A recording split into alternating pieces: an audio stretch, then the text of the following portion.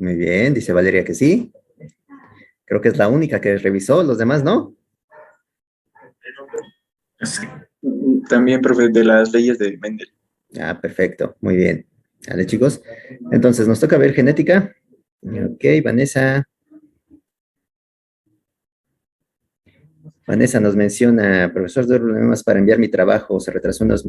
Uy, no, Vané. No, no, no, ese es un cero seguro, ¿eh?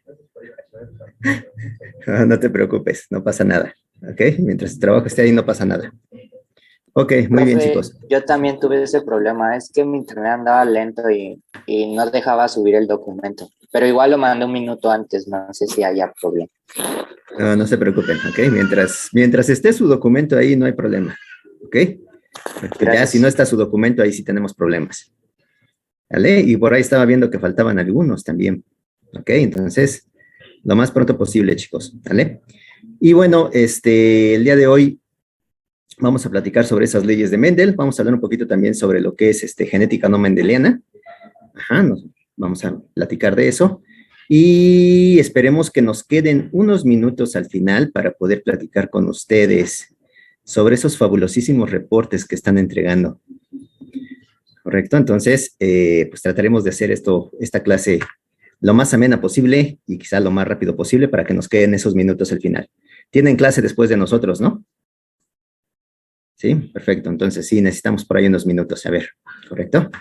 Muy bien. Y bueno, para platicarnos de genética, pues vamos a contar con la ayuda de la maestra Sonia, ¿correcto? Ajá, entonces la maestra Sonia nos va a apoyar en esta sesión del día de hoy. Adelante, maestra.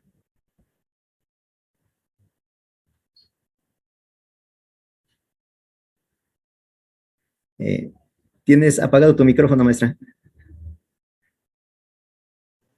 Perdón, chicos, una disculpa. Les mencionaba que voy a compartir pantalla y vamos a dar inicio a la clase. Muchísimas gracias, profesor. ¿Ya pueden checar la pantalla, chicos? Sí, ya se ve el PowerPoint. Ok. Sí se ve. Muchas gracias. Bueno, vamos a empezar. Ya por ahí les había preguntado el profe que si habían revisado este tema, justo de genética, de herencia. Ya dos de sus compañeros al menos mencionaban que sí habían leído un poco, justo que era la genética, y hablaban un poquito de que habían leído esta parte de las leyes de Mendel. Bueno, vamos a comenzar por el hecho de que en el caso particular de la genética también se le conoce como el tema sobre la herencia, y en particular, como bien les platicaba el profe, vamos a circunscribirnos justo esta parte de la genética asociada a lo que es la herencia mendeliana y la herencia no mendeliana. Entonces, justo con lo que ustedes acaban de mencionarnos, ¿qué nos pueden comentar o platicar de qué es la genética? ¿Cómo podemos definir a la genética?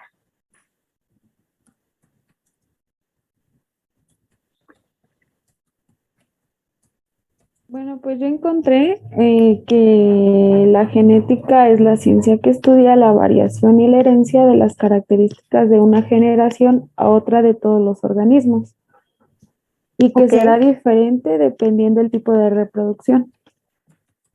Ok, ¿qué más encontraron acerca de esta genética o de esta herencia asociada a los seres vivos? ¿Cómo la definen? Bueno, yo encontré que más específicamente estudia el origen, transmisión y expresión de la información genética. Ok.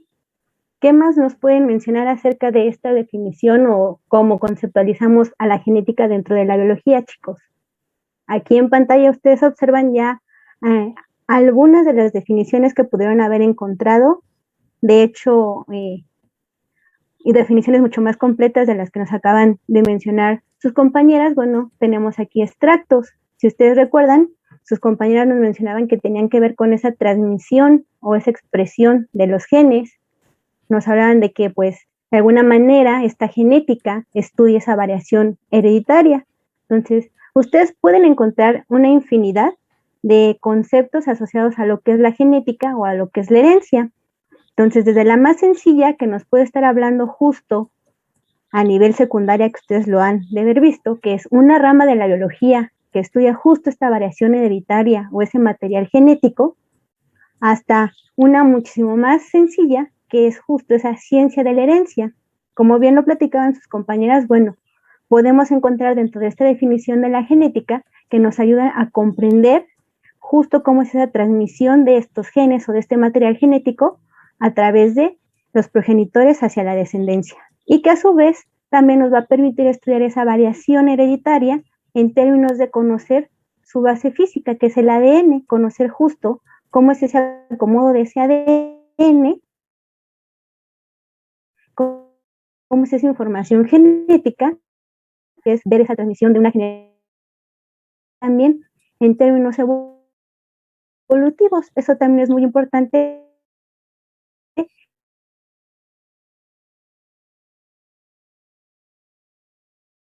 al concepto que nosotros tenemos de que la genética estudia justo esa herencia o esa transmisión de la información genética de una generación a otra en términos de lo que nosotros podemos ver en el aquí y en el ahora, sino también a través del tiempo y que justo asociado a ello podemos ver la evolución de las especies. ¿Cómo podemos estudiar justo esta parte de la genética? Bueno, la podemos estar subdividiendo en 3 grandes disciplinas que abordarían lo que nosotros conocemos como el campo de la genética. Tenemos esa parte que nos habla de esa genética de transmisión, que es básicamente lo que ustedes nos platicaban asociado a esos conceptos que encontraron de genética y a lo que vamos a referir justamente en esta clase, esa genética o esa herencia mendeliana y esa genética o herencia no mendeliana, que justo nos platica o nos ayuda a entender o comprender cómo es esa transferencia de la información genética de los progenitores a lo que vendría siendo nuestra descendencia o la descendencia de las especies. Tenemos la parte de la genética molecular. Justo esta genética molecular se basa mucho en la teoría celular y básicamente en la teoría celular o la teoría moderna celular en términos de que conceptualizan a la célula como la unidad de la genética. ¿Por qué? Porque es justo aquí donde a partir de conocer todo lo que ustedes ya nos platicaron en las diferentes clases que hemos tenido hasta el momento de las células, cómo forman las células, cómo es el núcleo de cada una de las células, cómo está inmerso el material genético en cada una de estos tipos de nuestras células, bueno, toman como base justo aquellos genetistas o gente especializada en la genética molecular a comprender esta teoría celular y de esta manera saber las funciones, las estructuras de estos genes en términos micro para comprender esa transferencia o esa transmisión de la información en lo que vendrían siendo las especies. Y otra disciplina muy importante dentro de la genética es esa genética de poblaciones. En este caso vamos a ver asociado a cómo se está dando esa transmisión de la información de los progenitores a su descendencia en términos evolutivos y justo nos basamos en esta genética de poblaciones en la teoría de la evolución. ¿Qué características se están expresando en nuestras especies que de alguna manera les están permitiendo esa adaptabilidad en el ambiente y que justo con ello permite que haya o se esté dando como parte de esta evolución de las especies y que, bueno, podamos hablar de esa perpetuación de la especie a través del tiempo en términos evolutivos? ¿Vamos bien hasta aquí, chicos? Bueno, si no hay alguna otra pregunta, vámonos a la siguiente diapositiva. Dentro del mundo de la genética hay grandes hitos, como ustedes los pueden ver aquí en pantalla, o grandes sucesos importantes que han marcado la historia de la misma. Una de ellas, y es lo que básicamente vamos a tratar en esta clase, es las leyes de Mendel. Si ustedes recuerdan con lo que hicieron su investigación y las lecturas, bueno, Gregorio Mendel es básicamente el precursor o el que descubre justo estas teorías básicas, estas leyes básicas de cómo se está dando esa transmisión de información de lo que vendría siendo los progenitores a la descendencia. Entonces, es el parteaguas de lo que nosotros podemos estar visualizando en términos de la historia de la genética. Asociado a ello, justo con lo que les mencionaba yo de las diferentes disciplinas que nos ayudan a comprender todo este mundo de la genética, pues tenemos la teoría de Darwin, porque justo como les mencionaba yo en la diapositiva anterior, tenemos esa parte de la genética o esa disciplina de la genética que es la genética de poblaciones que nos ayuda a comprender cómo es que ciertas características son transmitidas de generación en generación en términos de nuestras poblaciones y bueno, a lo largo del tiempo evolutivo es que podemos contar con las especies presentes hoy en día. Después ya nos vamos un poquito más adentrados a lo que vendrá siendo los años 1900 donde tenemos estos dos grandes científicos, Jensen y Morgan, que es hasta esta fecha donde se le da ese reconocimiento o ese gran peso que tienen los descubrimientos de Mendel, y es justo donde se menciona que entra en escenario el término de gen.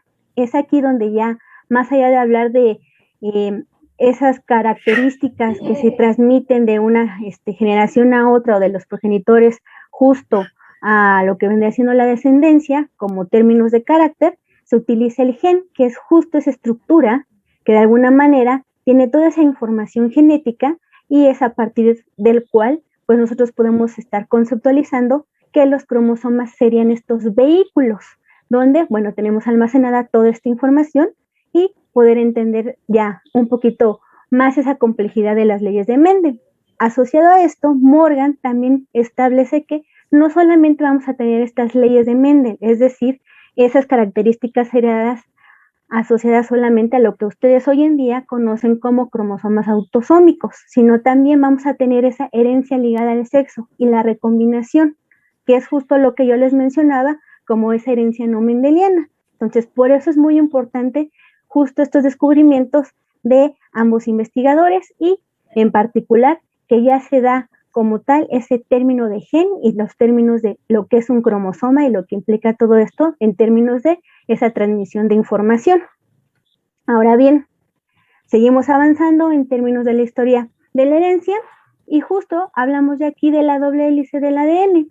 Se le da un gran peso a Watson y Crick, pero bueno, si no hubiéramos tenido a Rosalind Franklin, que es justo la que de alguna manera puede visualizar a través de la microscopía a esta doble hélice, pues Watson y Crick no pudieron haber creado el ADN. Entonces, esa es la importancia, ¿no? O sea, ven aquí ya cómo vamos relacionando todos los temas que ustedes también ven a lo largo de esta materia, ¿no? La microscopía fue un elemento importante para poder llegar a descubrir de alguna manera cómo es la estructura de la doble hélice del ADN. Asociado a ello, nuevamente son Watson y Crick los que de alguna forma, con todos sus estudios, descifran ese código genético. De alguna forma, ustedes también saben que ¿cómo es esa estructura del ADN hoy en día?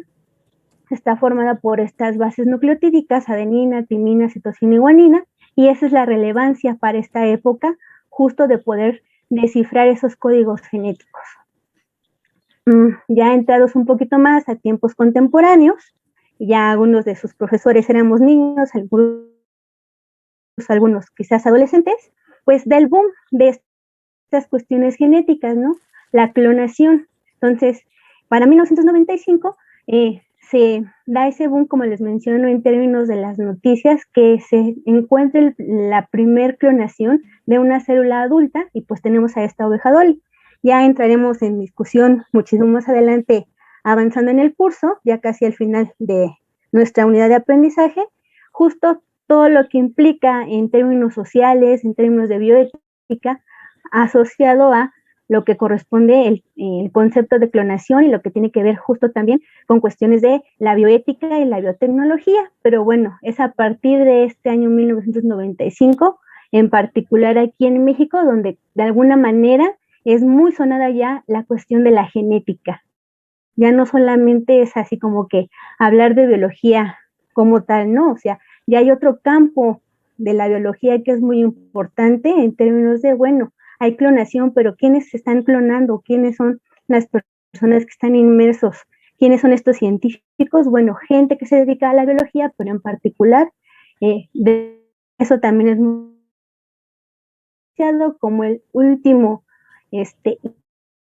hito o el último boom que marca la historia de la genética en términos de una temporalidad amplia, es cuando se da la secuenciación del genoma humano. Es para el año 2001, donde se publica en una revista científica que es Nature, aquí ustedes la pueden observar en su pantalla, el primer borrador se da inicio de la era posgenómica o posgenoma. Justo aquí es a partir de esta fecha del 2001, como les menciono, que se realiza el primer borrador. Ya para el 2003 se publica justo completo todo lo que vendría siendo la secuenciación del genoma humano. Entonces, son de alguna forma esos 7 booms dentro de la historia de la genética que han marcado justo todo lo que conocemos hasta hoy en día. Y bueno, ya del 2001 para acá, ya el 2021, pues han pasado bastantes años, de los cuales de alguna forma nosotros estaremos platicando, como les menciono, en esta clase de sociedad y biología, todo lo que tiene que ver con esta parte de la biología genética o la genética en términos de cómo se implementa a través de la biotecnología, a través de conocer la era de la genómica. Muy rapidito de lo que vendría siendo la historia de la genética, chicos. ¿Hasta aquí tenemos alguna duda? ¿Vamos bien? Sí, vamos bien. Ok, bueno. Ahora, para poder entrar de lleno justo a lo que ustedes platicaban de estas herencias de Mendel, bueno, vamos a echar mano de algunos conceptos que tenemos que tener bien claros y con ello poder entender justo por qué es que Mendel hace sus postulados y cómo es que se está dando justo esta parte de la herencia mendeliana. Aquí tenemos dos conceptos muy importantes en términos de comprender justo cómo se manejan estas leyes de Mendel. Algo que se conoce como herencia y algo que haya. Justo estamos hablando de esa herencia a partir de que nos mencionan que es la transmisión de esos rasgos. Y esos rasgos van a ser características o atributos que justo los progenitores van a transmitir a su descendencia en términos de la genética. Ahora bien, ¿qué es un rasgo? Lo podemos visualizar nosotros aquí en pantalla del lado derecho. Como bien les mencionaba yo, son todas esas características o atributos de los individuos que van a ser transmitidas. Y bueno, pueden ser desde la altura total, que es lo que de alguna manera una de las características que utilizó Mendel, la altura total de lo que es el tallo o la longitud del tallo, hasta lo más mínimo y microscópico que podríamos estar nosotros hablando de los individuos en términos de las estructuras de sus proteínas, de la conformación de cada una de las membranas o organelos que conforman al individuo, están inmersas dentro de esas características que están siendo transmitidas. Entonces, por eso es muy importante justo que ustedes conocieran cómo están conformadas las células y los diferentes tipos de células, asociado a, bueno, que de alguna manera el que tengan esa conformación estas células va de la mano a lo que vendría siendo esa herencia y esos rasgos transmitidos generación tras generación. Ya aquí vamos a centrarnos un poquito al tema asociado a la clase pasada. Ustedes veían que teníamos dos tipos de reproducción y diferentes mecanismos. Justo todo esto que vieron en la clase pasada es muy relevante para que se pueda dar justo esa transferencia o transmisión de información genética. ¿A partir de qué? Bueno, justo de reconocer o conocer cómo se está dando este tipo de reproducción asexual y la reproducción sexual. En el caso particular, si ustedes recuerdan, la clase pasada con la maestra Daisy, hablaban de esta reproducción asexual y les mencionaba que en términos muy simples, la descendencia va a ser idéntica a lo que vendrían siendo nuestros individuos paternos o a los padres o progenitores, y que exclusivamente vamos a poder encontrar esa variación en términos de esa información genética y de lo que nosotros podemos visualizar si se encontraba inmerso el término o el concepto de mutación. Entonces ahorita vamos a ir hablando un poquito más de ello asociado a cómo se puede dar esta variación en términos de esas mutaciones. Y bueno, en lo que concierne a lo que es la reproducción sexual, hablábamos de que, bueno, sí, los progenitores van a tener ciertas características o ciertos rasgos similares justo a lo que vendría siendo lo que le pueden estar transmitiendo a lo que es la descendencia. ¿Por qué? Porque va a haber una variación genética y esa variación genética, como ustedes lo recordarán, se puede dar a partir, o es de hecho donde se da a partir de esos procesos de meiosis, esa recombinación genética por esa fusión de los gametos o bien por efecto de las mutaciones. Eso es lo que nos puede traer esta variación genética. En términos ya de estar hablando un poquito de lo que vendría siendo en la genética de poblaciones, esto es muy importante porque justo nos va a poder dar esa variabilidad a través del tiempo. Ahorita lo vamos a retomar. Pero bueno, a grandes rasgos, como ven, justo esta herencia se va a estar dando de progenitores a descendientes y en el caso particular de la reproducción asexual no va a haber cambios, al menos visibles, si no es que existe la mutación. En el caso de la reproducción sexual, sí vamos a poder percibir esos cambios, ya sea porque hay esa recombinación genética por los procesos de meiosis, como ustedes bien lo saben, o porque se esté dando a cabo una mutación. Asociado a esto, bueno, también tenemos que tener en cuenta qué es una célula haploide y una célula diploide. ¿Por qué? Porque de alguna manera vamos a estar hablando de justo cómo está acomodada esta información genética dentro de nuestras células. En el caso particular de las células haploide con las cuales estamos nosotros más familiarizados, son justo con las células gaméticas, los espermatozoides y los óvulos. Y para el caso de lo que nosotros estaríamos hablando de estas células diploides, prácticamente serían todas las demás células que conforman a las especies. En este caso en particular, en pantalla, nosotros estamos observando un ejemplo asociado a lo que vendría siendo la especie humana. Como pueden observar ustedes, bueno, tenemos ese número haploide en términos de esa cantidad cromosómica, que es a lo que se refiere justo la ploidía, justo es la cantidad de pares cromosómicos o el número de cromosomas que están conformando a nuestras células o a nuestro organismo. Y de esta manera, bueno, como les menciono, con las células haploides con las cuales estamos más familiarizados son con las células gaméticas. En el caso de las células diploides, pues se encuentran en pares. Entonces,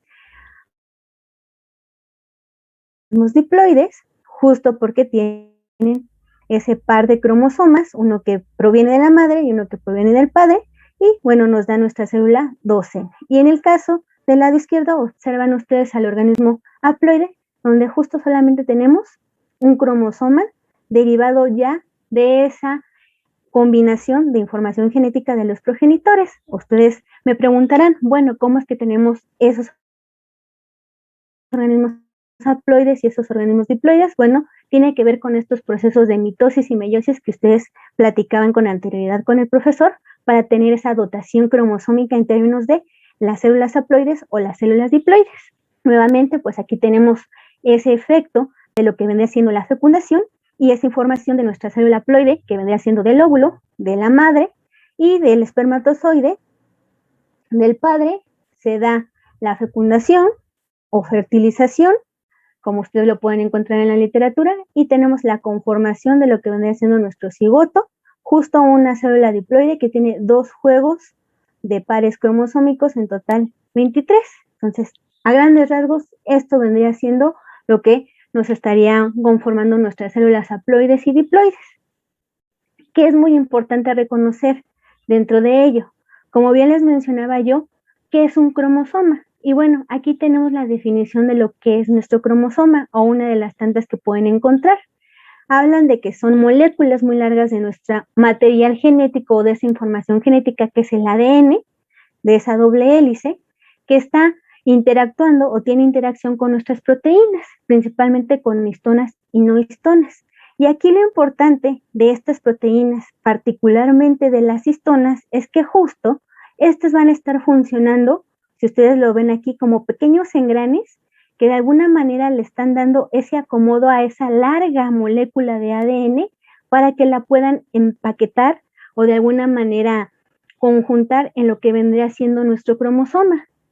En términos muy coloquiales, hagan de cuenta que el cromosoma es el metro y justo las histonas son las personas que están aventando toda esa información genética a uno de los vagones del metro. Entonces, justo ese cromosoma va a tener toda esta larga cadena de ADN compactada y va a ser el vehículo que va a llevar justo esta información cromosómica. Ahora bien, ¿por qué es importante que nosotros conozcamos cuál es la estructura o cómo se está conformando nuestro cromosoma? Porque tiene que ver con los procesos de mitosis y meiosis que ustedes ya platicaron. En el caso particular, pues ustedes ya reconocen la estructura de nuestro cromosoma.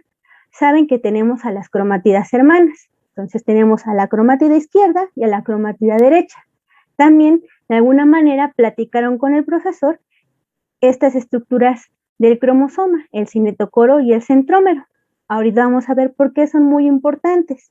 Asociado a ello, lo que vendría siendo el telómero y por qué de alguna manera se les está dando esta conformación de que dentro de nuestras cromátidas tenemos un brazo P y un brazo Q, un brazo pequeño y un brazo largo o grande. Entonces, bueno, en términos de esa importancia del cinetocoro y del centrómero, es justo como ustedes lo están observando aquí en pantalla, el cinetocoro es esa estructura que nos está haciendo esa división de justo esos brazos cortos de nuestras cromátidas hermanas y de lo que vendrían siendo los brazos largos. Y asociado a ello, en esta parte del cinetocoro, vemos lo que vendría siendo el centrómero. Si nosotros hacemos un acercamiento y nos vamos a la metafase de nuestra meiosis, que vamos a encontrar aquí justo en este cinetocoro. Como ya lo platicaban con el profesor, es donde se anclan los microtúbulos. Entonces, por eso es tan importante conocer esa estructura de nuestro cromosoma y lo que están conformando al cromosoma. Entonces, este cinetocoro es muy importante justo porque es el anclaje de estos microtúbulos y lo que va a permitir que se pueda dar esa división celular y también, a su vez, esa recombinación en términos de la meiosis. Entonces, de alguna manera, esto es muy importante. Dentro de los siguientes estructuras de lo que vendría siendo el cromosoma, porque es importante reconocer que tiene un brazo P y un brazo Q.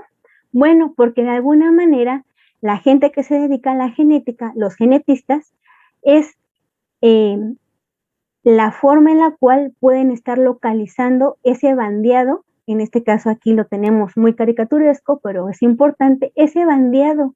Y ese bandeado nos va a indicar justo la posición de nuestros alelos o nuestros genes. Entonces, de alguna manera, esa posición de cada uno de los genes a lo largo de los brazos del cromosoma va a ser muy importante en términos de poder estar detectando dónde se encuentra esa información genética y, bueno, como parte de esas aplicaciones, poder detectar dónde se encuentra ese gen que codifica para ciertas características e incluso para ciertas enfermedades. Entonces, por eso es muy importante reconocer que, bueno, dentro de nuestro cromosoma tenemos a lo que vendría siendo un brazo P y un brazo Q. Ustedes me preguntarán, bueno, ¿y por qué les pusieron brazo P y brazo Q? Pues meramente por cuestiones coloquiales y usos y costumbres. Por P de pequeño, y bueno, como Q es la siguiente letra que sigue en orden alfabético de la P, pues vamos a ponerle brazo Q. Entonces, básicamente por eso se llama brazo P de pequeño y brazo Q porque la Q sigue después de la P en el alfabeto. Ahora bien, el telómero también es muy importante. ¿Por qué? Porque de alguna manera nos indica el final de nuestro cromosoma y a su vez está asociado con los procesos celulares. ¿Por qué? Porque en términos muy coloquiales también podemos estar platicando de que el telómero es un reloj mitótico. Entonces, de alguna manera, va a medir y a regular justo el número de divisiones celulares que pueda presentar nuestra célula. Entonces, por eso también es muy importante esta parte o en términos de qué. Bueno, se coloca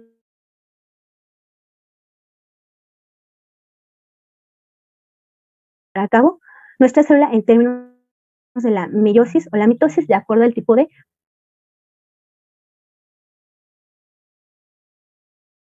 ¿Hasta aquí alguna duda, chicos? ¿Vamos bien?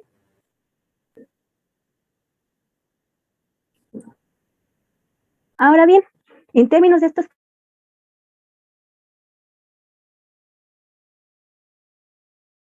de iguales, entonces, misma forma, mismo tamaño e información, pero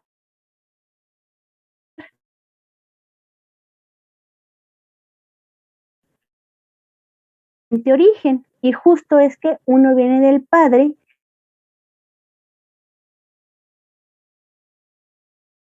genitores sexual. Entonces, justo estos cromosomas homólogos, como bien lo mencionábamos, tienen las características que vemos del cromosoma en general, pero asociado a ello, como les mencionaba yo, tenemos esa información para las mismas características, es decir, a esos mismos alelos o esos mismos genes que están codificando para la misma información, pero uno viene de la madre y otro viene del padre. Entonces, justo eso es lo importante, porque como son homólogos, cuando ustedes ya están en el proceso de la meiosis, se va a dar esta recombinación. Es por eso que a pesar de que nosotros como descendencia de nuestros papás, nos parecemos a ellos, pero no somos una copia exacta o idéntica. Y tenemos lo que se conocen como cromosomas sexuales. Aquí también es muy importante este tipo de cromosomas, pues como ustedes saben, van a diferenciar lo que vendría el sexo en la especie humana, tanto como en todas las especies animales, ya sea que tengamos machos u hombres.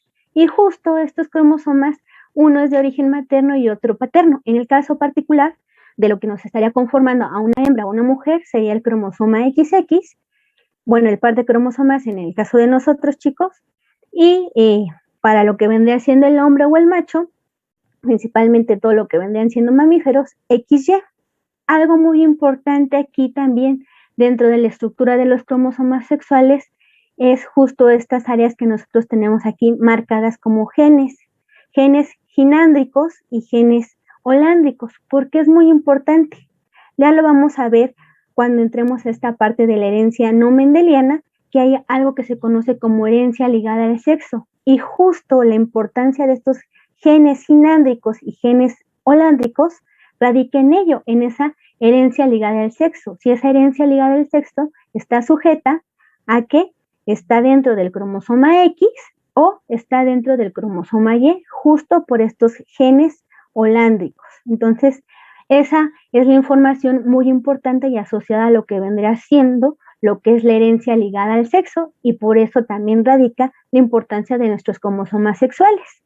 Muchas de las enfermedades que podemos nosotros visualizar en términos de lo que vendrían siendo, si le afecta más a una mujer o a un hombre, tiene que ver con lo que son los cromosomas sexuales. Entonces, de ahí radica esta importancia.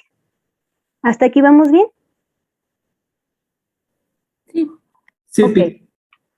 Y bueno, para poder estudiar todo esto, necesitamos un mapa o una fotografía. Entonces, ¿qué es lo que hacen los genetistas? Bueno, generar o crear cariotipos o cariogramas, que son básicamente una representación fotográfica de todos estos cromosomas inmersos en una célula, en un individuo o incluso en un grupo o en una población, que nos va a permitir realizar o poder observar todas esas características estructurales de los cromosomas mitóticos. Aquí es muy importante, son los cromosomas mitóticos asociados a la meiosis, que es justo cuando ya vamos a poder tener esa cromatina condensada y la conformación de nuestros cromosomas.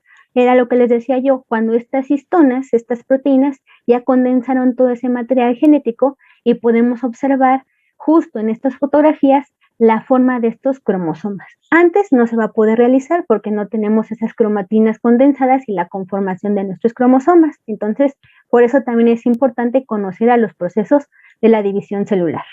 Como les mencionaba, bueno, se acomodan los pares de cromosomas homólogos y nuestro par de cromosomas sexual. En este caso, chicos, aquí que tendríamos un varón, una mujer, una hembra o un macho. Un macho. Un macho. Exacto, un macho o un hombre, XY. Entonces, eso es muy importante dentro de lo que nos estaría dando como información el cariotipo.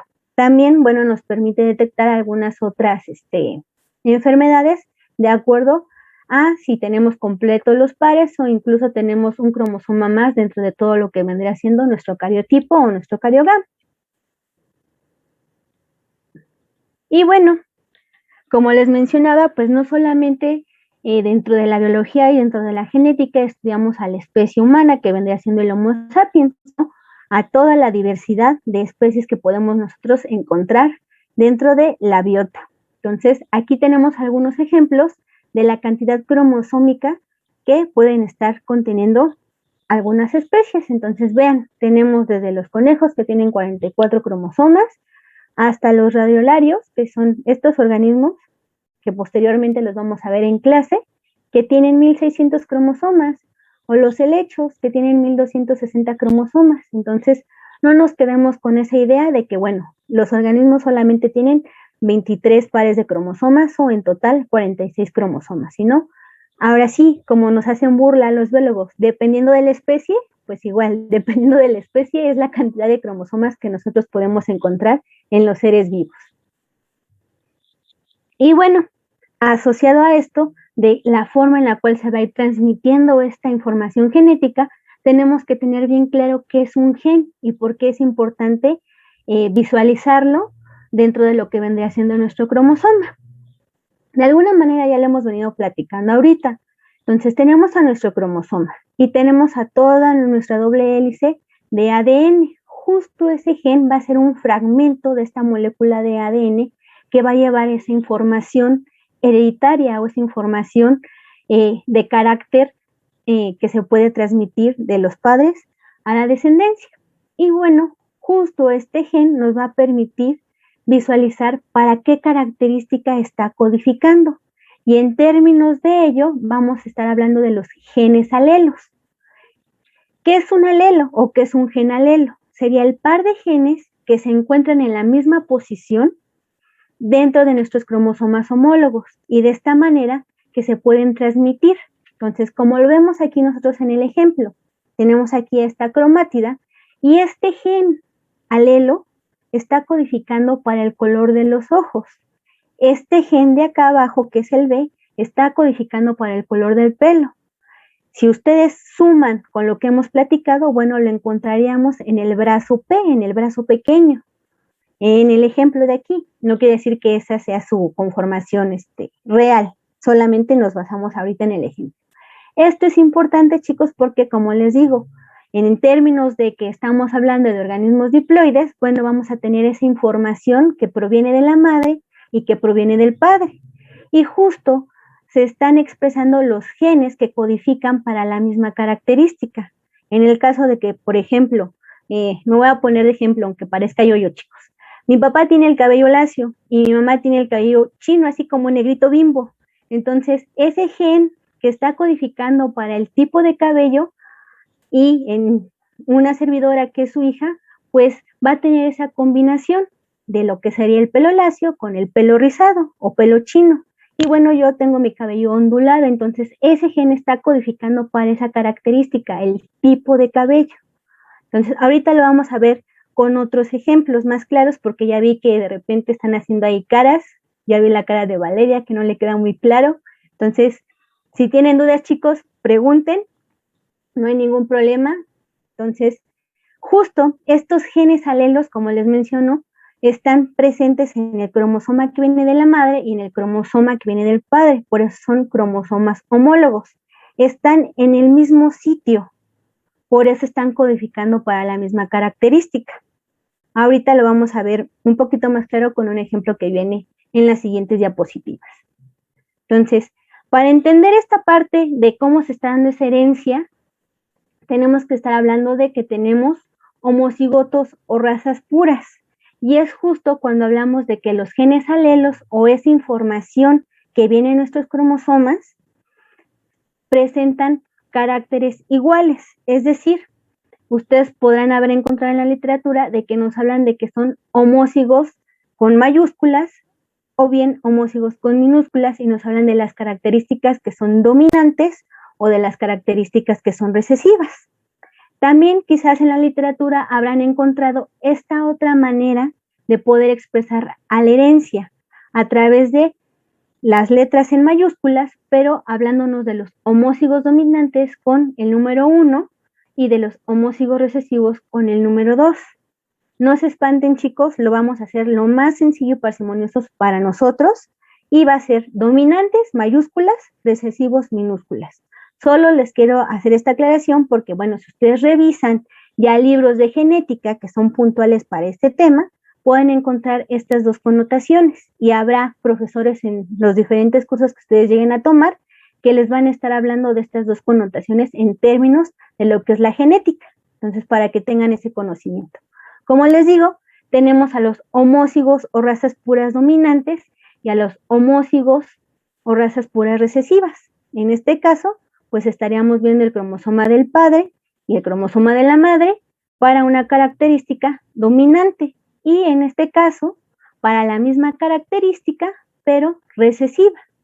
Ahora bien, podemos tener igual aquellos que se conocen como heterócigos o híbridos, que es cuando los genes alelos para un carácter son diferentes. Yo les mencionaba el caso del cabello. si es cabello lacio o si es cabello chino. En el caso particular, vamos a mencionar que, bueno, el cabello lacio sea el dominante y el cabello chino sea el recesivo. En este caso, si es heterózigo, pues tendrá la probabilidad de ese hijo tener un cabello un poquito más asociado a lo que es el lacio que a que salga chino como la mamá. Entonces, es justo aquí esa importancia de conocer cuáles son los alelos y cómo se están expresando. Y para eso es importante entender estas leyes de Mendel que vamos a ir viendo poco a poquito. Entonces, bueno, ahora sí, viene lo que yo les mencionaba con ejemplos. Aquí estamos usando otra característica que es el color del pelo. Y vamos a poder visualizar justo lo que yo les mencionaba, ese carácter dominante o ese carácter recesivo. Entonces, ese carácter dominante es el que siempre se va a estar manifestando, es el que nosotros de forma visual vamos a poder observar. Entonces, siempre va a estar representado generalmente en toda la literatura que ustedes consulten de genética con una letra mayúscula. Y ahora bien, en este caso, al expresarse ese carácter dominante, vamos a tener a nuestro homózigo dominante, como les mencionaba yo, o al heterózigo. ¿Por qué? Porque tenemos justo a ese alelo dominante, que es nuestra A mayúscula en este caso, expresado 2 veces en este genotipo, que es ahorita otro concepto que vamos a retomar. Y en el caso particular de este heterocigoto, el carácter dominante, como bien lo tenemos aquí, es el que siempre se va a estar manifestando. Y es algo que también ustedes han, de alguna manera, visto en la literatura. Dicen que el carácter dominante opaca al recesivo o no permite su expresión. A eso se refiere. Justo esta característica dominante es la que se va a estar manifestando siempre, a pesar de que tengamos esta información en nuestros alelos, esa información del genotipo, que es heterocigoto. Siempre se va a expresar justo esta característica dominante. Y lo vemos aquí con nuestros amigos. Tenemos aquí justo que la característica dominante para el color del pelo es el pelo negro. Entonces, esta es la que domina. Justo aquí nosotros estamos observando que nuestro compañero aquí de cabello negro tendría esta información genética y se estaría expresando el color negro. Entonces, en este caso, nosotros podríamos estar visualizando que justo tiene este tipo de genotipo, un heterózigo. ¿Por qué? Porque de alguna manera, ay, perdón chicos, ya les cambié la pantalla. De alguna manera, nosotros estamos visualizando que el carácter dominante es el cabello negro. Entonces, tiene la información del alelo, déjenlo pinto, del alelo dominante, y aquí tenemos del alelo recesivo. Y en este caso, nuestro compañero que tiene el cabello rubio, pues tendría nuestro carácter recesivo, que de alguna manera, en este caso, que tenemos a nuestro heterocigoto, justo este alelo recesivo no se está manifestando o no se expresa porque tenemos aquí justo este alelo dominante. Pero al nosotros tener esta información de carácter recesivo, sí se va a manifestar y entonces el niño va a tener justo ese pelo rubio. Entonces, en este caso, no estaríamos hablando de una raza pura u homocigota. Cuando nosotros tengamos la expresión de lo que vendría siendo lo que es dominancia para una característica o recesividad para la otra característica, podemos estar hablando de lo que son razas puras, la expresión de los alelos homózigos dominantes o bien homózigos recesivos. Eso vendría siendo lo que son nuestras razas puras, la expresión de la dominancia de la característica o bien la recesividad y su expresión. ¿Sí queda claro esta parte? Sí, maestra. ¿Seguros? Ahí Sí. los veo pensativos algunos. No, sí, vamos bien, maestra. Ok. Bueno, Asociado a esto, también nosotros tenemos que ver que, bueno, dentro de la biología, todo es dinámico y no nada más nos tenemos que quedar inmersos en que, bueno, los genes son los que de alguna manera se están expresando. Hay otras variables y hay otras cosas dentro de la naturaleza que de alguna manera nos están dando justo la expresión de estos genes. Entonces, ¿qué va a ocurrir? Como bien les mencionaba yo, tenemos algo que se conoce como genotipo. En términos muy sencillos, son los genes totales que presenta un organismo. Son toda esa información genética inmersa dentro de nuestros organismos, desde lo que vendría siendo lo más pequeño que ustedes puedan observar en su casa, quizás una hormiga, una catarina, hasta lo más grande que puede ser un gato, un perro o nosotros mismos, es eso que podemos nosotros tener como toda esa información genética, el genotipo. Y bueno, de alguna manera también está asociado a que son los alelos heredados de un gen en particular, que era lo que veíamos nosotros con los cromosomas. Tenemos el alelo dominante para la característica y el alelo recesivo. En este caso, tenemos dos alelos dominantes, por lo tanto, se va a expresar esa característica. Tenemos un alelo dominante y un alelo recesivo, pero como veíamos, justo la dominancia de este alelo se va a estar expresando y de alguna manera no va a permitir la expresión del alelo recesivo. En este caso, pues tenemos dos alelos recesivos, nuestros homózigos recesivos, entonces se va a expresar justo esta información en términos de la característica de la cual estemos hablando. Como les mencionaba yo, esa información viene del padre y de la madre, nos conforma todo este genoma, que sería toda esa constitución genética, y bueno, toda esa expresión o toda esa información que puede ser expresada a partir de, desde la altura, color de ojos, enfermedades, y en este caso el que, pues los individuos puedan hacer la lengua rollito, ¿o no? Entonces, justo ese fenotipo es toda aquella característica o toda aquella atributo observable o visible en términos de características físicas o bioquímicas que puede estar expresando un organismo. Aquí, si ustedes observan, también tenemos esta palabra mesurable. ¿Y eso a qué nos referimos? Bueno, como ustedes observaron en la diapositiva anterior, tenemos homózigos dominantes y homózigos recesivos, pero también tenemos a los heterózigos. Entonces, esa expresión mesurable tiene que ver justo con estos individuos que sean heterózigos. Entonces, no se vale que le digan a su hermanito, a su hermanita, ¿sabes qué? Tú eres hijo de lechero porque no puedes de alguna manera hacer la lengua rollita como yo.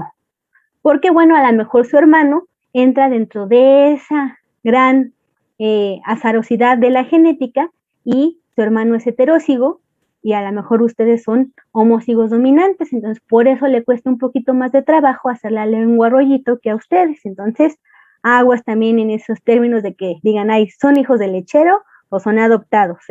Entonces, tiene que ver con esas características que son visibles y mesurables, además de que no solamente la expresión fenotípica va a estar asociada tan tajantemente a esa información genética, sino también tiene que ver con el ambiente. El ambiente juega un papel muy importante dentro de esa expresión genética. Por eso, bueno, nuevamente hablemos de este término mesurable. Entonces, tiene que ver con esa interacción del ambiente. No todo es netamente los genes, sino también cómo esos genes están interactuando con el ambiente y propiamente dicho, cómo es el organismo el que está actuando en el ambiente y se puede expresar justo esa genética. Y bueno, aquí tenemos un ejemplo. Tenemos unas mosquitas y si ustedes observan, tenemos aquí una cruza de lo que vendría siendo el padre y lo que vendría siendo la madre. Si ustedes observan, con lo que hemos platicado aquí, tenemos una W mayúscula, una W minúscula para el padre y lo mismo ocurre para la madre. ¿De qué tipo de organismos nosotros nos estaríamos refiriendo? Inciso A, homózigos dominantes. Inciso B, homózigos recesivos o inciso C, heterózigos, chicos.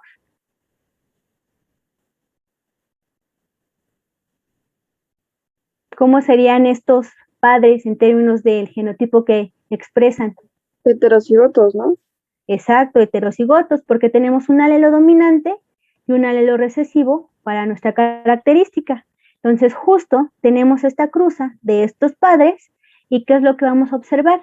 En este caso en particular, lo que observamos aquí, asociado a los cromosomas, es el genotipo de su descendencia. Y abajo, ya con el dibujo de nuestras mosquitas, vamos a ver esa expresión de esta información genética, que es el fenotipo. Entonces tenemos a nuestros homózigos dominantes, a nuestros heterócigos y a nuestros homózigos recesivos.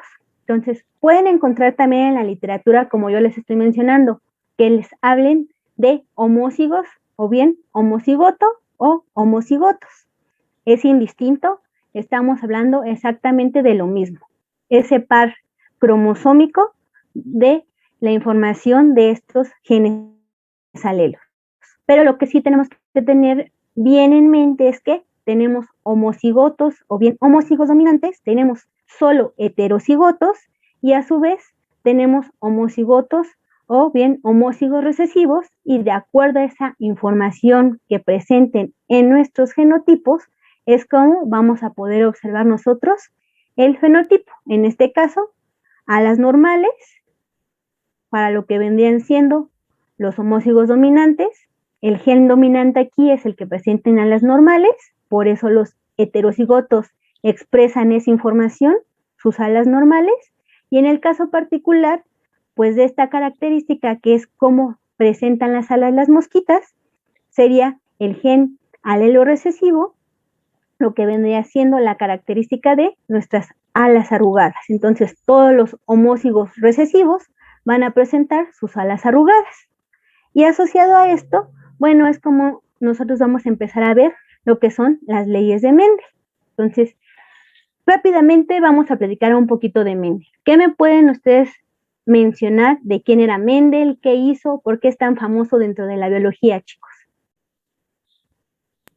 Bueno, yo tenía entendido que Mendel era un sacerdote y que un día no tuvo nada que hacer y decidió ver sus chícharos, y ya desde ahí hizo como, no recuerdo muy bien qué hizo, solo recuerdo que era un sacerdote que descubrió las leyes de Mendel.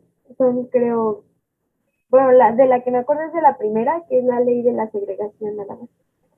Ok, bueno, ahorita vamos a ir afinando un poquito esos conceptos, pero a ver quién más le ayuda a Valeria, chicos. Son al menos 31 alumnos en lista y no nada más 2 o 3 que participan. A ver, por favor. Voy a tomar tantito agua mientras ustedes me mencionan qué conocen o qué saben de Mendel.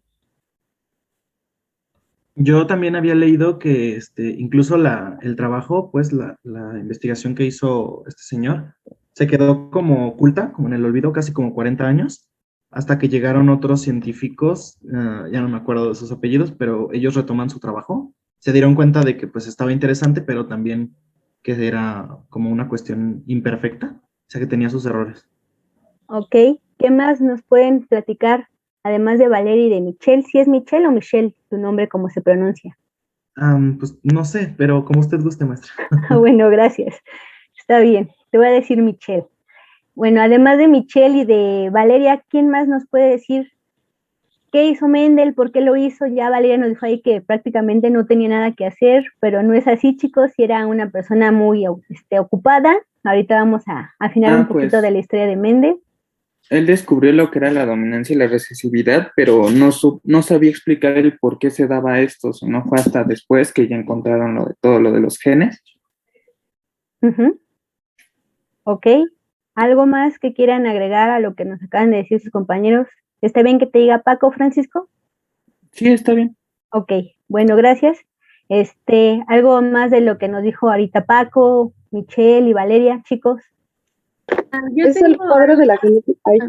A ver, ahí habló Francesca y no sé quién más.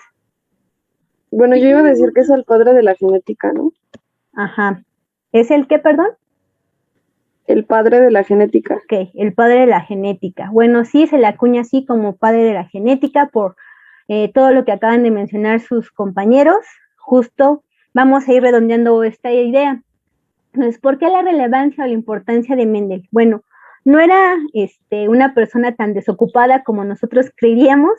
De hecho, justo porque surge esta inquietud de conocer o empezar a aplicar la parte de la experimentación o del método científico en términos de ir conociendo más, bueno, ustedes ya lo sabrán, lo habrán leído, por ahí ya nos platicó un poco Valeria, que pues estaba en un monasterio, era un monje, y de alguna manera pues le vieron ciertas aptitudes y actitudes los directivos de este monasterio, y le dijeron pues, nos caes muy bien, prácticamente así, en términos muy coloquiales, y pues te vamos a facilitar tus estudios. De alguna manera ya algunos platicaban que pues pudo haber estudiado lo que es la botánica, que es justo por eso que de alguna manera está asociada a las leyes de Mendel, justo a que haya utilizado nuestros famosos chícharos de las leyes de Mendel. Entonces se fue a estudiar botánica, se fue a estudiar física, se fue a estudiar matemáticas, y es por eso que, bueno, a partir de deslindarse un poquito de todo lo que tiene que ver con las cuestiones religiosas y meterse un poquito más al mundo de las ciencias exactas, como son la física y las matemáticas, y asociado a ello, pues, su interés por la botánica, es que empieza a dilucidar todo lo que tiene que ver justo con que, bueno, vamos a ver qué podemos hacer, ¿no? Con cuestiones experimentales. Regresa al monasterio y entonces justo lo magnífico o el por qué le llaman el padre de la genética es que sus leyes de alguna manera reúnen varios aspectos muy importantes dentro de lo que vendría siendo el campo de la ciencia. De entrada, pues bueno, él ya tenía este conocimiento universitario al cual fue a adquirir de lo que vendría siendo la botánica, que era como su pasión. Entonces, bueno, eso pues él le desarrolló muchísimo. Asociado a ello de haber estudiado matemáticas y físicas, pues ya empieza a dilucidar un poquito en lo que es el método científico. Ustedes ya se acordarán de lo que es el método científico, lo hemos platicado aquí en clase, a inicios de sus clases, platicaron con el profe que era el método científico, empieza a generarse preguntas, a partir de esas preguntas empieza a hacer hipótesis, y bueno, a partir de esas hipótesis empieza a especular cuáles podrían ser los resultados, y justo con ello empieza a suponer varias cosas. Dentro de esa botánica que él ya conocía, dice, pues vamos a elegir a una planta que de alguna manera pues tenga ciertas características particulares con la cual yo puedo estar trabajando tiempos cortos, pero tenga muchos resultados. Entonces, de esa manera, supo elegir muy bien ese material de trabajo que es justo nuestros chícharos. Pisum sativum, que es la especie del chícharo con el cual él trabajó. Entonces, las características de esta planta es que, bueno, se reproduce muy rápido en poco tiempo, tiene muchas generaciones y de alguna manera, pues tiene muchos descendientes en cada una de las cruzas que él realizó y la posibilidad de encontrar varias pruebas a lo largo de su tratamiento experimental. Asociado a ello, bueno, como sabíamos, aplicó también un poco de las matemáticas que aprendió y dentro de esas matemáticas aplicadas, pues hizo cálculos estadísticos y probabilísticos, empleando lo que ustedes conocen como el cuadro de Punnett. Entonces, con este cuadro de Punnett, de alguna manera nosotros hoy en día podemos encontrar esas proporciones y esos cálculos estadísticos a partir de esas cruzas o de esas varias pruebas que podemos nosotros estar haciendo a partir de conocer a estos alelos, a estos genotipos de nuestros progenitores y saber cómo van a ser esas proporciones tanto genotípicas como fenotípicas, es decir, esas proporciones de los genes, de lo que vendrían siendo nuestra descendencia y esas características fenotípicas a partir de esas proporciones de cómo se está expresando esta información. Entonces, por eso es la importancia o la relevancia en términos muy rápidos de lo que sus compañeros nos platicaban, de por qué tan famoso Mendel, por qué se le conoce como el padre de la genética. Asociado a ello, como bien mencionaba Valeria, hay varias leyes. De hecho, también va a depender mucho de la literatura que ustedes consulten. Hay veces que nada más nos hablan de 2 leyes de Mendel, hay otra literatura un poco más reciente que nos habla de 3 leyes de Mendel y creo que son a las cuales la mayoría de nosotros estamos acostumbrados. De esas 3 leyes de Mendel, la ley de la uniformidad de caracteres, la ley de la segregación y la ley de la segregación independiente. Incluso van a encontrar literatura donde les hablen de 4 leyes o 4 postulados de Mendel. Básicamente nos hablan de lo mismo, chicos, solo es como el autor explica los experimentos que realizó Mendel y cómo le da el título. Pero en general nosotros nos vamos a ir por estas 3 leyes de Mendel, que es con lo cual estamos más familiarizados y podemos comprender muchísimo mejor lo que él realizó. Entonces, bueno, la primera ley de Mendel nos habla justo de esa uniformidad de caracteres. Es decir, si nosotros cruzamos 2 razas puras, en términos de que entendamos que esas razas puras es estar hablando de nuestros homózigos dominantes y de nuestros homózigos recesivos, con una característica contrastante o distinta en términos de cómo se va a expresar, vamos a obtener algo que se conoce como la F1 o nuestra primera generación filial, y siempre vamos a tener a los heterocigotos o a nuestros híbridos, y ahora vamos a ver por qué. En este caso, Mendel, dentro de las 7 características que eligió para ver justo qué es lo que ocurría con los chícharos, fue una de ellas el color de nuestro chícharo. Entonces, estos alelos codifican para el tipo de color de los chícharos. Los alelos dominantes van a ser el color amarillo y los alelos recesivos el color verde. Justo como les menciono, hacemos esa cruza de lo que vendría siendo nuestras razas puras y ayudándonos del cuadro de Punnett vamos a entender lo que hizo Mendel. Entonces, nuestro organismo partimos de que es el chícharo. Es un organismo 2N, por ende va a conformar gametos a partir de lo que vendría siendo el proceso de meiosis. Nuestros gametos, por este efecto de lo que es el proceso de meiosis, vamos a tener una reducción en términos de ese material genético. Los gametos van a ser N. Entonces tenemos aquí justo la conformación de nuestros gametos. Tenemos aquí la codificación de nuestros alelos. El alelo recesivo, que proviene de la información genética de la madre, y los alelos dominantes, que provienen de la información genética del padre. Al hacer nosotros nuestras cruzas, esas combinaciones que se dan al azar, pues nos están generando una descendencia híbrida o heterocigota. Entonces, nosotros vemos aquí, justo en términos del genotipo, un alelo dominante y un alelo recesivo para todo lo que vendría siendo la progenie. En este caso, tenemos un genotipo 100% híbrido para esa descendencia. Pero bien, como nosotros ya lo habíamos platicado, el alelo dominante es el que se va a expresar. En términos de que estos organismos son heterócigos, tenemos justo ese alelo dominante, por ende, se va a estar expresando esa característica. Y en términos de esa segregación fenotípica, también vamos a tener 100% de nuestros chícharos color amarillo. Entonces, ¿sí queda claro esta primera ley de Mendel, chicos, con todos los conceptos que hemos venido manejando? Sí, maestra. Ok. Si hay dudas, me detienen, por favor. Ahora, vamos a la segunda ley de Mendel.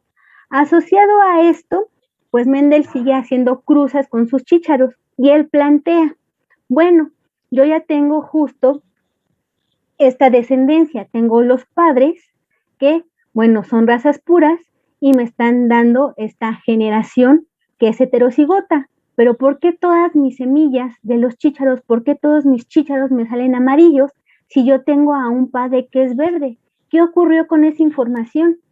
Entonces él se queda muy extrañado y empieza a hacer varias cruzas. Dentro de todas esas experimentaciones que él realiza, toma a 2 individuos de esa progenie, que son heterócigos, y los cruza. Hace una autopolinización de esas plantas de chícharos para ver qué ocurre con esa información que pues no se está viendo expresada. Entonces, ahora, ¿qué es lo que ocurre aquí? Pues cruza 2 organismos de esa primera generación entre sí, se da esa autofertilización, ¿y qué ocurre? Obtenemos lo que se conoce como nuestra segunda generación filial. Y bueno, en términos de esa segregación fenotípica y genotípica, es lo que nosotros encontramos. ¿Pero por qué? Bueno, nosotros tenemos ya esta información que es heterócigo, tanto el padre como la madre. Entonces, ¿qué tenemos como formación de gametos? Un gameto que va a tener justo al alelo dominante y un gameto que va a tener a nuestro alelo recesivo, tanto para la madre como para el caso del padre. Al nosotros hacer esas combinaciones, vamos a observar justo que dentro de esa descendencia de la F2, vamos a tener organismos homózigos dominantes para la característica.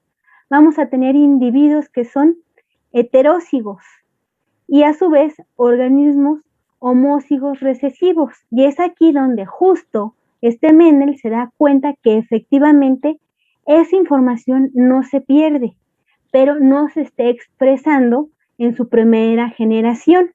Es justo a la siguiente generación donde él cruza a los individuos de la primera generación filial que puede observar que de alguna manera se está ocultando esa información, que es en términos de lo que hasta ese momento Mendel conocía. Entonces, esa información para él se estaba ocultando. Como bien sus compañeros mencionan, casi después de 40 años posteriores a lo que él realizó, es que ya se empieza a observar y a utilizar los términos de lo que es el gen, que es un gen dominante, que es un gen recesivo y que es un gen o información genética en términos de los heterózigos. Para él, esta información estaba oculta. Entonces, de alguna manera, hasta poder hacer estas cruzas de los heterocigotos, es que dice que se vuelve a expresar o vuelve a aparecer esa información que estaba oculta dentro de los individuos. En estos términos de la F2 tenemos a la segregación genotípica 1-2-1, que es justo reconocer esa información genética en los individuos. Un homózigo dominante, 2 heterózigos y un homózigo recesivo. Y en términos de esa segregación fenotípica es reconocer cómo se está expresando esa característica, que serían 3 chícharos, o en este caso 3 individuos que están expresando el color amarillo y un individuo que está expresando justo lo que vendría siendo el color verde. Entonces, en este caso estamos hablando de esa ley de la segregación de caracteres. Entonces, no es que se pierda, no es que de alguna manera ya no va a estar presente ahí esa información. Como lo platicábamos nosotros, la información que se va a expresar siempre en términos de la heterogosidad o de nuestros híbridos es la información del alelo dominante, que fue lo que ocurrió en la F1.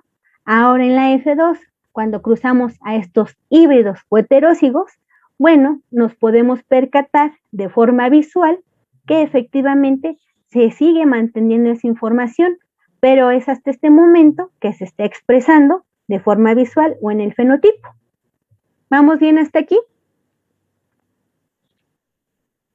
Sí, todo bien. Ok, entonces hasta aquí, pues todo parece muy tranquilo porque solamente estamos hablando de una característica, pero nuestro amigo Mendel es bien inquieto, como nuestros alumnos de seres vivos del BO del turno vespertino. Entonces, bueno, él dice, ya lo hicimos con una característica, pero ¿qué va a ocurrir con 2 o más características? Pues bueno, él plantea ahora que qué va a ocurrir si nosotros estamos hablando de 2 características contrastantes. Dice, si cruzamos 2 razas puras con 2 características contrastantes, ¿qué vamos a observar? ¿Qué vamos a obtener? Pues no se queda quieto y dice, ahora vamos a observar qué ocurre con mis chícharos de color amarillo y con la forma de mi chícharo lisa con respecto a lo que pase con mis chícharos verdes con su forma rugosa. Lo pueden encontrar como forma de la semilla o como la testa de la semilla. Pero bueno, se está hablando de lo mismo, chicos. Entonces, ahora él está hablando de 2 alelos distintos. Uno que codifica para el color y otro que codifica para la forma de la semilla. Entonces, esos son los alelos con los cuales nosotros estamos trabajando aquí. La tercera ley de Mendel, la ley de la segregación independiente de caracteres. Ahora bien, para el caso del color, nosotros ya sabíamos que el alelo dominante serían nuestras mayúsculas y que codifica para el color amarillo. El alelo recesivo serían nuestras letras A minúsculas y codifican para el color verde. Para la siguiente característica, que es la forma de la semilla, en este caso en particular, pues habla de que los alelos dominantes van a ser para la forma lisa y los alelos recesivos van a ser para la forma rugosa. Entonces ya tenemos aquí dos características, chicos. Una que sería el tipo de color o el color de nuestra semilla o de nuestro chícharo, y otra la forma de este chícharo o de nuestra semilla. Ahora bien, esa información va a estar presente tanto en el padre como en la madre. Como estamos hablando de razas puras, justo esta es una de las cosas que nosotros podemos encontrar. Los genes alelos para estas características se van a encontrar justo en ese par cromosómico homólogo. Es dicho de otra manera, tanto el padre como la madre tienen que tener presente esa información. Y ya sea que el padre tenga esta información genética dominante y la madre tenga esa información genética recesiva, o viceversa. En este caso, vámonos con que el padre tenga esa información de estos alelos dominantes y la madre tenga esa información para los alelos recesivos. Nuevamente, ¿qué ocurre? Se forman los gametos. ¿Qué va a ocurrir aquí? Como son dos características, vamos a tener para el caso de la madre, permítanme un segundo, si no se me apaga la compu, chicos.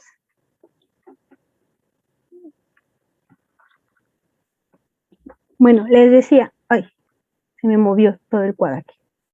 Como les decía, pues tenemos justo esta parte de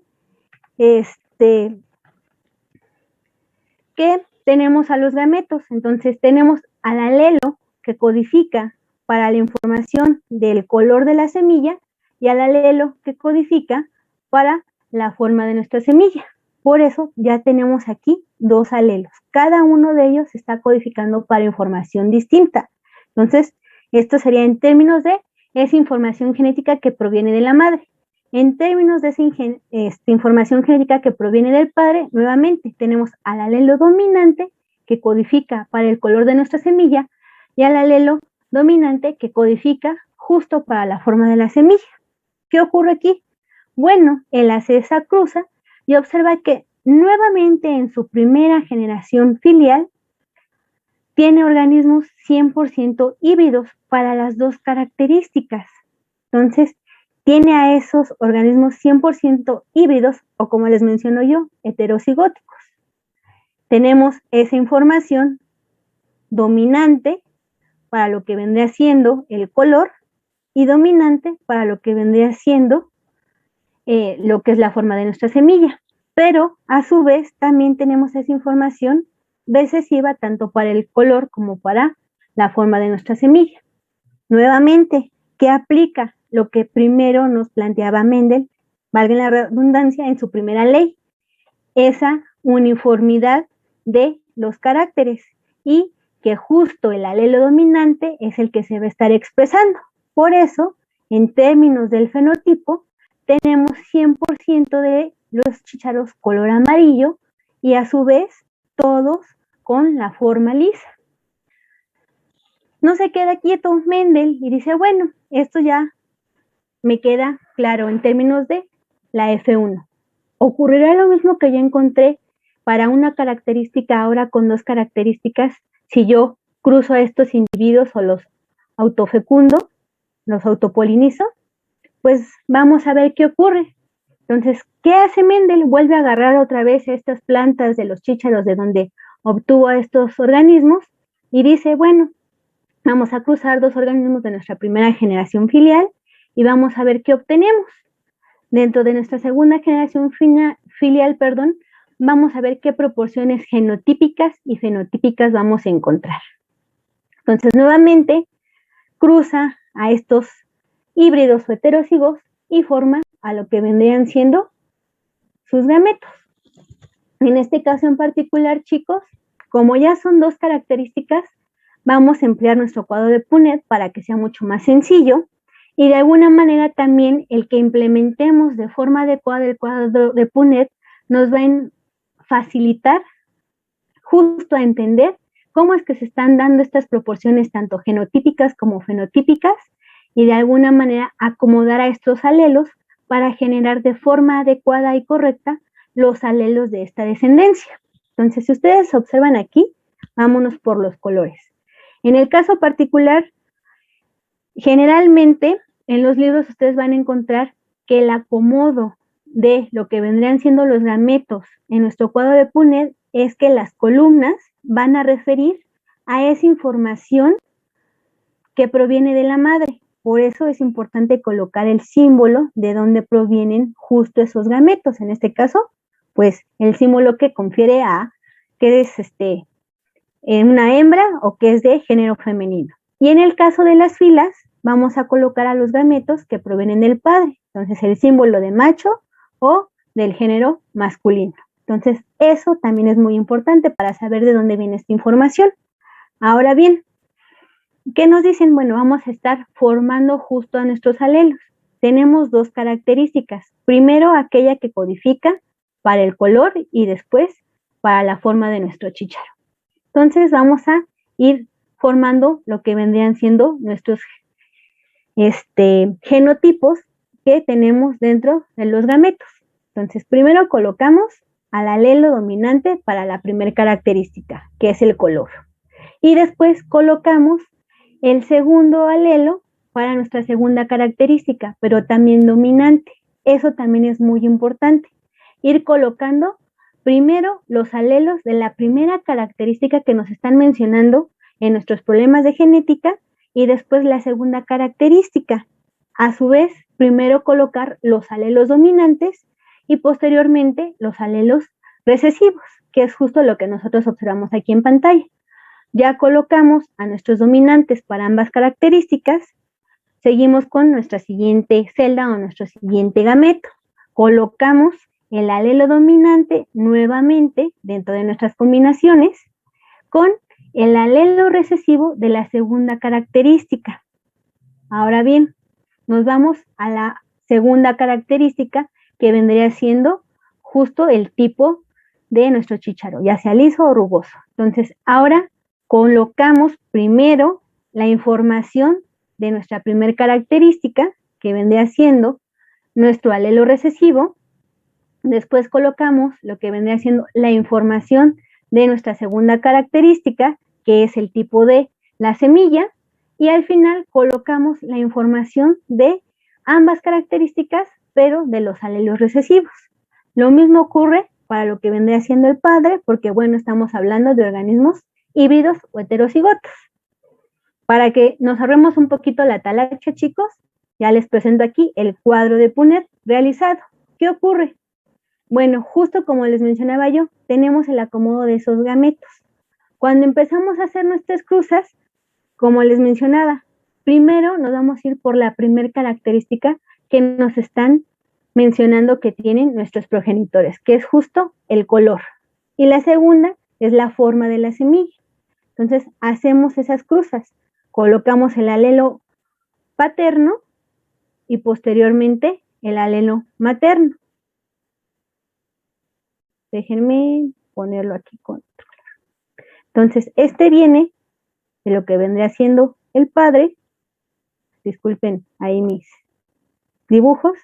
Y este es de la madre. Lo mismo ocurre con este alelo. Este viene del padre y este viene de la madre.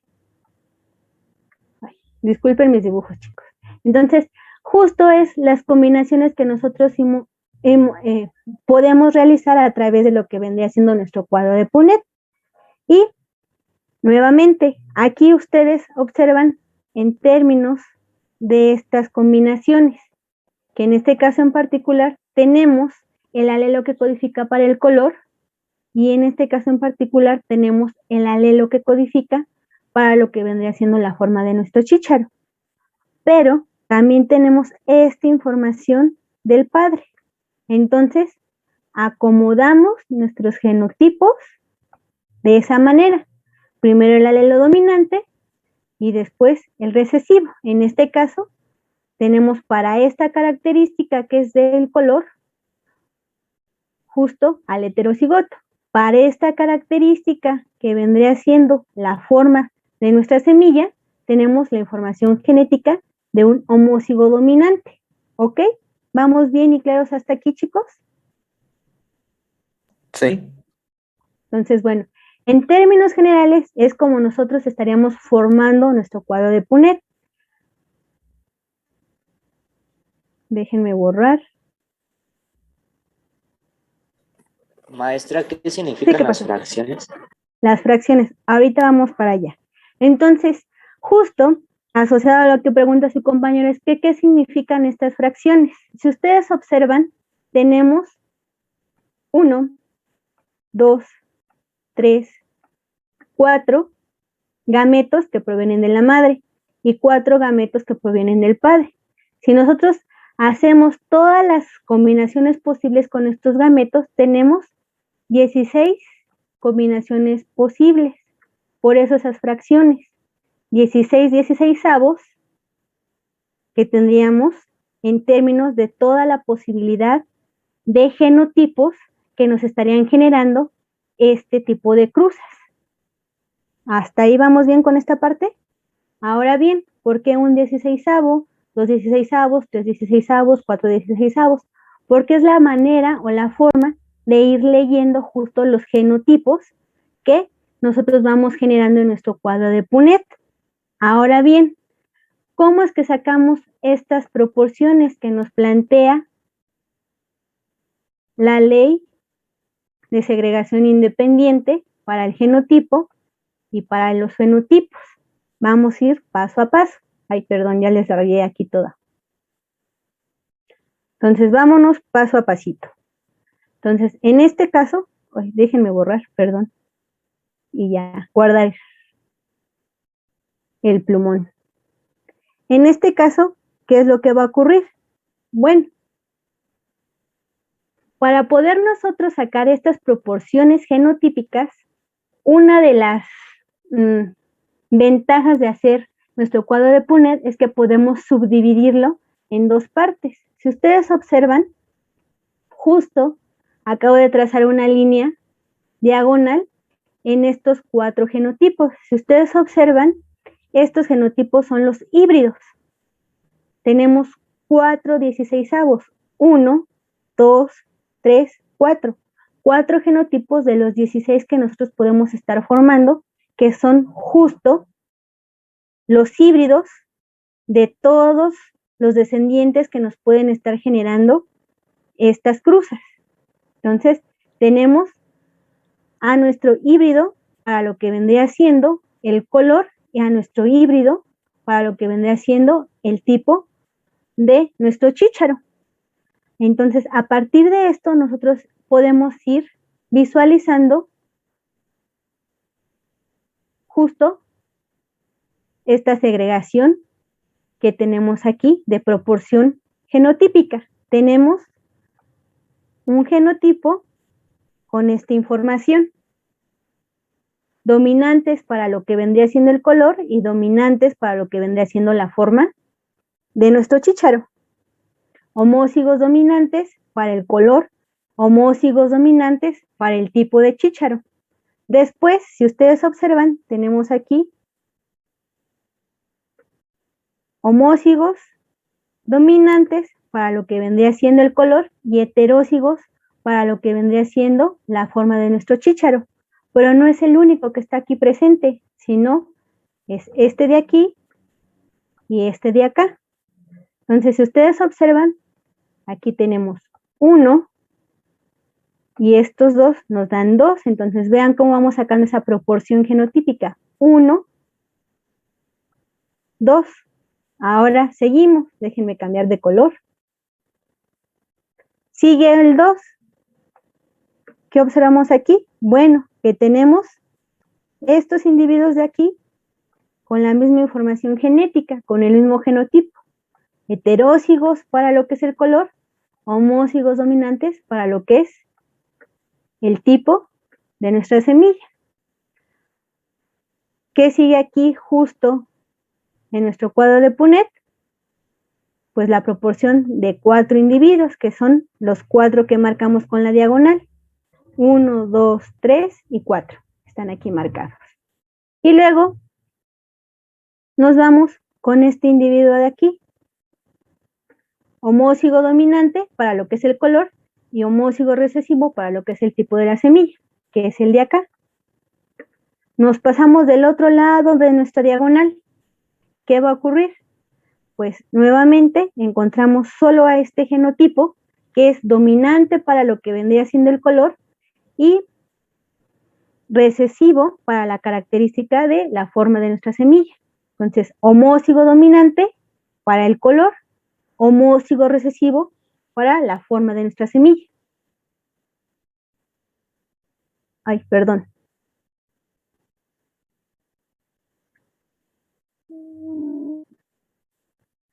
Y tenemos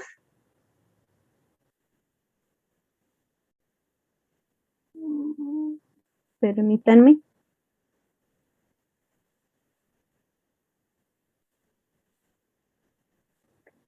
Estos de acá, que son iguales los genotipos, serían este de aquí que vamos mencionando, este 2, tenemos estos dos. Después tenemos este 1, uy, lo siento, que vendría siendo el de aquí. Estos dos genotipos con la misma información, heterózigos para lo que es el color y homózigos recesivos para lo que es la forma de nuestra semilla, que sería este 2 de acá, de nuestra segregación genotípica. Y por último, los homózigos recesivos para ambas características, que sería este 1 de aquí. No se preocupen, chicos, ahorita lo vamos a ver un poco más despacio en lo que es la parte del material visual, pero en términos generales es como nosotros vamos sacando esta proporción genotípica. Ahora bien, ¿cómo sacamos esa proporción fenotípica? Pues viendo cómo codifica esta información genética. Ya sabemos que codifican para el color y que codifican para la forma de nuestra semilla, pero ¿qué color nos van a dar? ¿Amarillo o verde? ¿O la forma lisa o la forma rugosa? Bueno, va a depender justo de si son homózigos dominantes, heterózigos o bien homózigos recesivos. Entonces, justo es lo que vamos a ver en la siguiente diapositiva. Déjenme borro todo.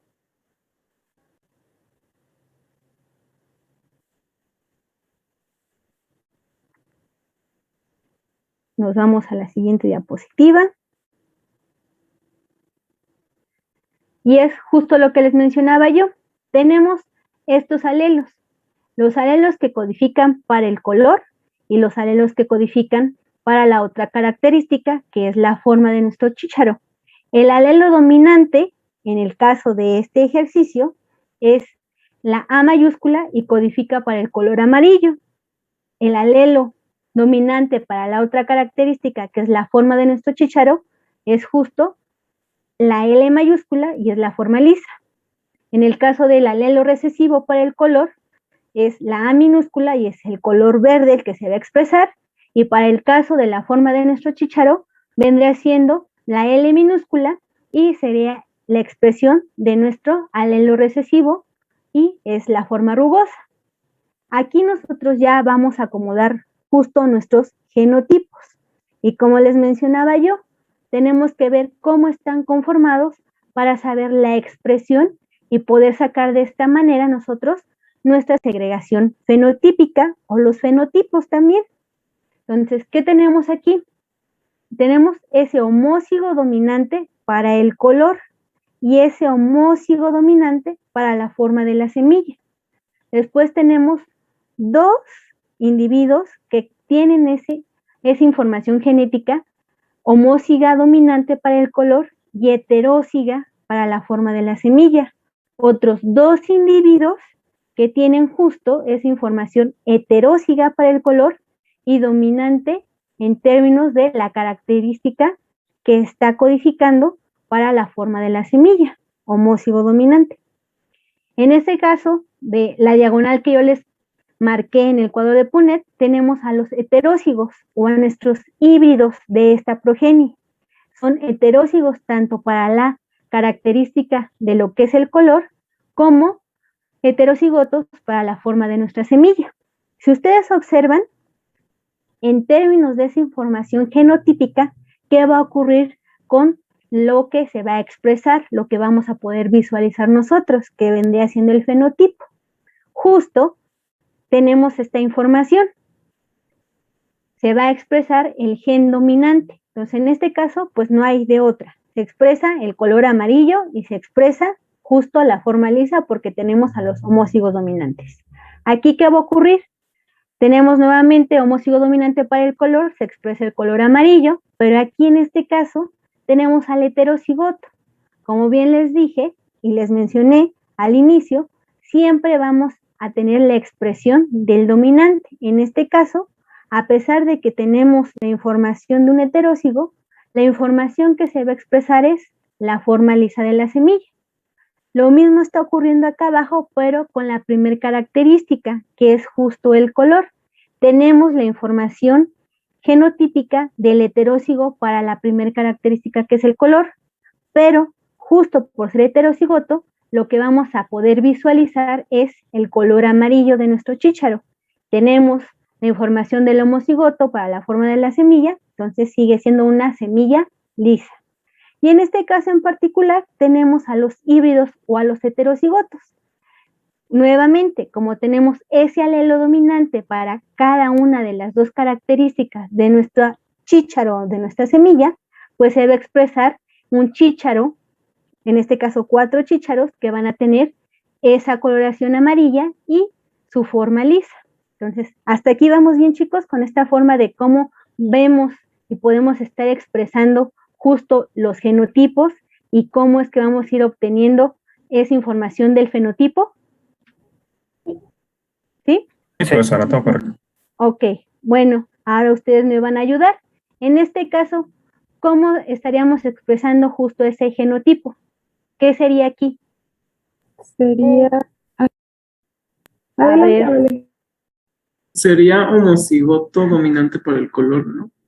Ajá, ¿y qué ocurriría para la otra característica?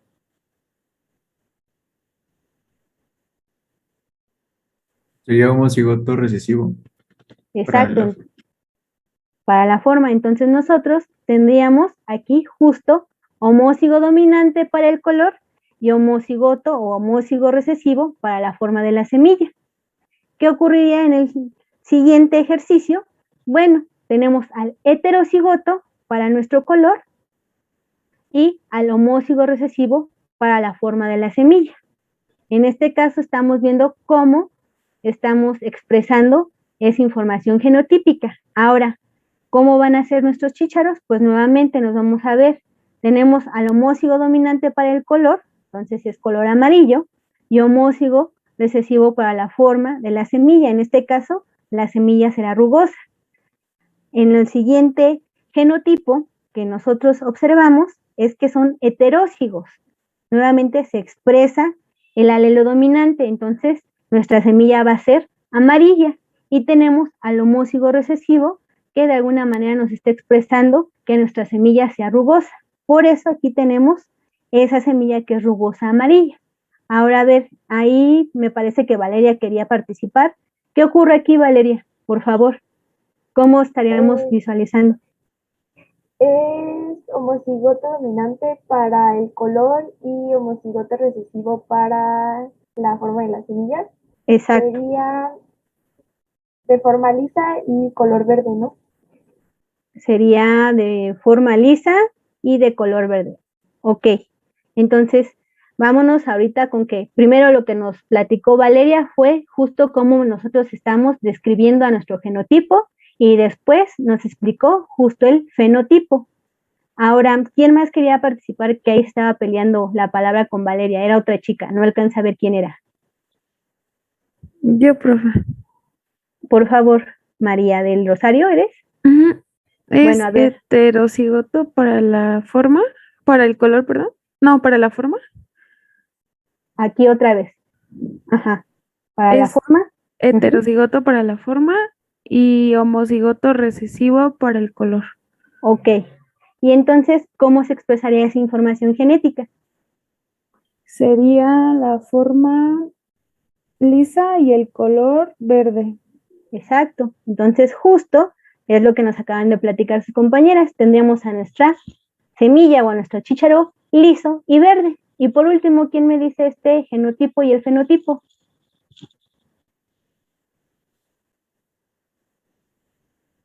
¿Quién, Es por favor, chicos?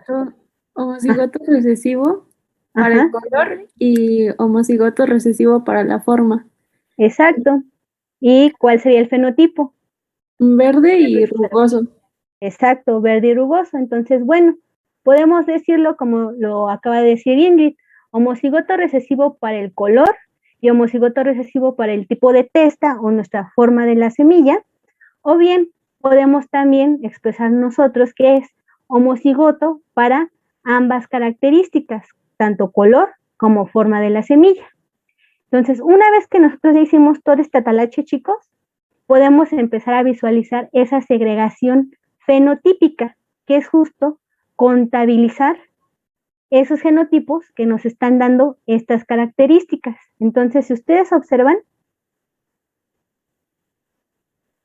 tenemos 1 más 2 son 3, más 2 son 5, más 4 son 9. Son 9 genotipos. Si ustedes observan, son diferentes esos genotipos, pero nos están codificando para la misma característica. Chícharos lisos amarillos.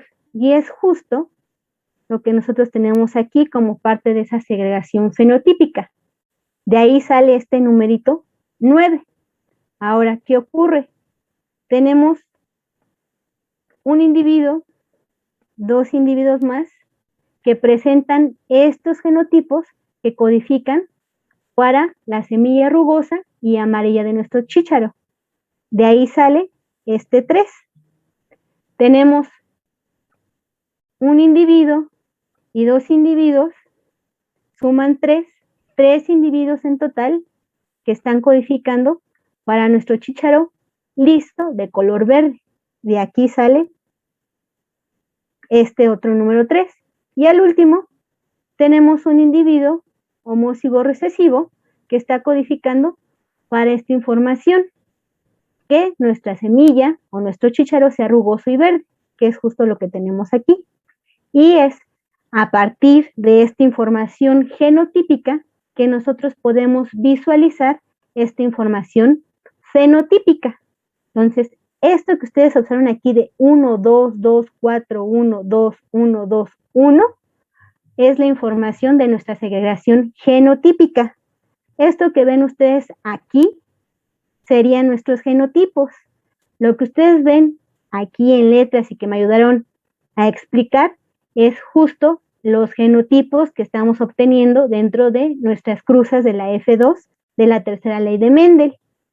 Lo que tenemos acá, nuevamente en números 9, 3, 3, 1, es justo esta parte de la segregación fenotípica. Y lo que nosotros vemos aquí o visualizamos es la expresión fenotípica, justo esos caracteres visuales. ¿Hasta aquí vamos bien, chicos? ¿Todo claro? Sí, profesor. Sí. Como les dice el profe, ¿todo claro como el agua? Bueno. Ahora seguimos con esta parte. ¿Cuál es la importancia de las leyes de Mendel? Ya de alguna manera ustedes me platicaban, bueno, que a Mendel se le conocía como el padre de la genética, que sustentaba las bases de que nosotros conociéramos cómo es esa información de padres hacia hijos. Y yo les platicaba al inicio de la clase que, bueno, es muy importante porque podemos entender cómo se está dando esta perpetuación de las especies en términos de que, pues, conocemos esa genética de poblaciones. ¿Qué más podemos sacarle de jugo o de importancia a estas leyes de Mendel? Bueno, lo que platicábamos, que los cromosomas siempre van a estar en pares en términos de organismos docen, diploides, ¿ok? Entonces tenemos a los homózigos dominantes, a los homózigos recesivos y a los heterózigos, que justo a partir de esta ley de la segregación que nos plantea Mendel, es que los cromosomas se van a segregar. ¿Dónde se segregan? Ustedes ya lo vieron, durante la meiosis, y de forma puntual o particular, ¿en qué fase de la meiosis es donde se da la segregación de cromosomas, chicos?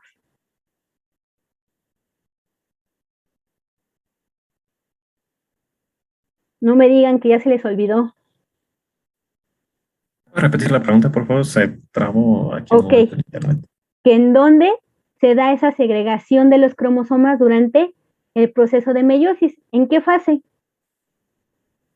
En la profase, ¿Seguros? Ni porque está ahí en pantalla, chicos. A ver quién escribió en el chat, déjenme ver. Dicen que en la anafase. Sean Pues en la observadores. metafase, ¿no? En la metafase, aquí está en la pantalla. Vean, no sé si nada más ponemos las imágenes porque sí, no, tienen un porqué de el que estén aquí las imágenes en su pantalla, también sean observadores. Entonces, justo en la metafase es donde se da esa segregación a partir de el proceso de división en la meiosis. Y bueno, asociado a esto, los pares de cromosomas, en términos coloquiales, se reparten de forma independiente de otros cromosomas. Y es justo por eso que, bueno, en la F1 tenemos a nuestros organismos que son híbridos o 100% heterocigotos, y en la F2 ya vemos justo esa segregación independiente de los cromosomas y expresados de alguna manera en términos visuales a lo que vendrían siendo los heterócigos recesivos. Y bueno, asociado a esto, pues aquí tenemos el chiste de nuestros chicharitos, ¿no? Una pareja de esposos chícharos que vendrían siendo heterócigos, y aquí de alguna manera se preguntan por qué tienen dos hijos que son amarillitos, ¿no? La mamá de alguna forma le dice, pues es que están expresando la característica de su abuelo, en nosotros está oculto. Entonces vean, no se dejen ir ahí por mucho que digan que somos hijos de lechero, no, por eso nos parecemos también a los abuelos y en términos coloquiales, pues a los primos y demás, ¿no? Tiene que ver con esa segregación independiente. Entonces, hasta aquí vamos bien con esta parte de lo que son las leyes de Mendel y su importancia. ¿Sí? sí, profesor. Ok, bueno.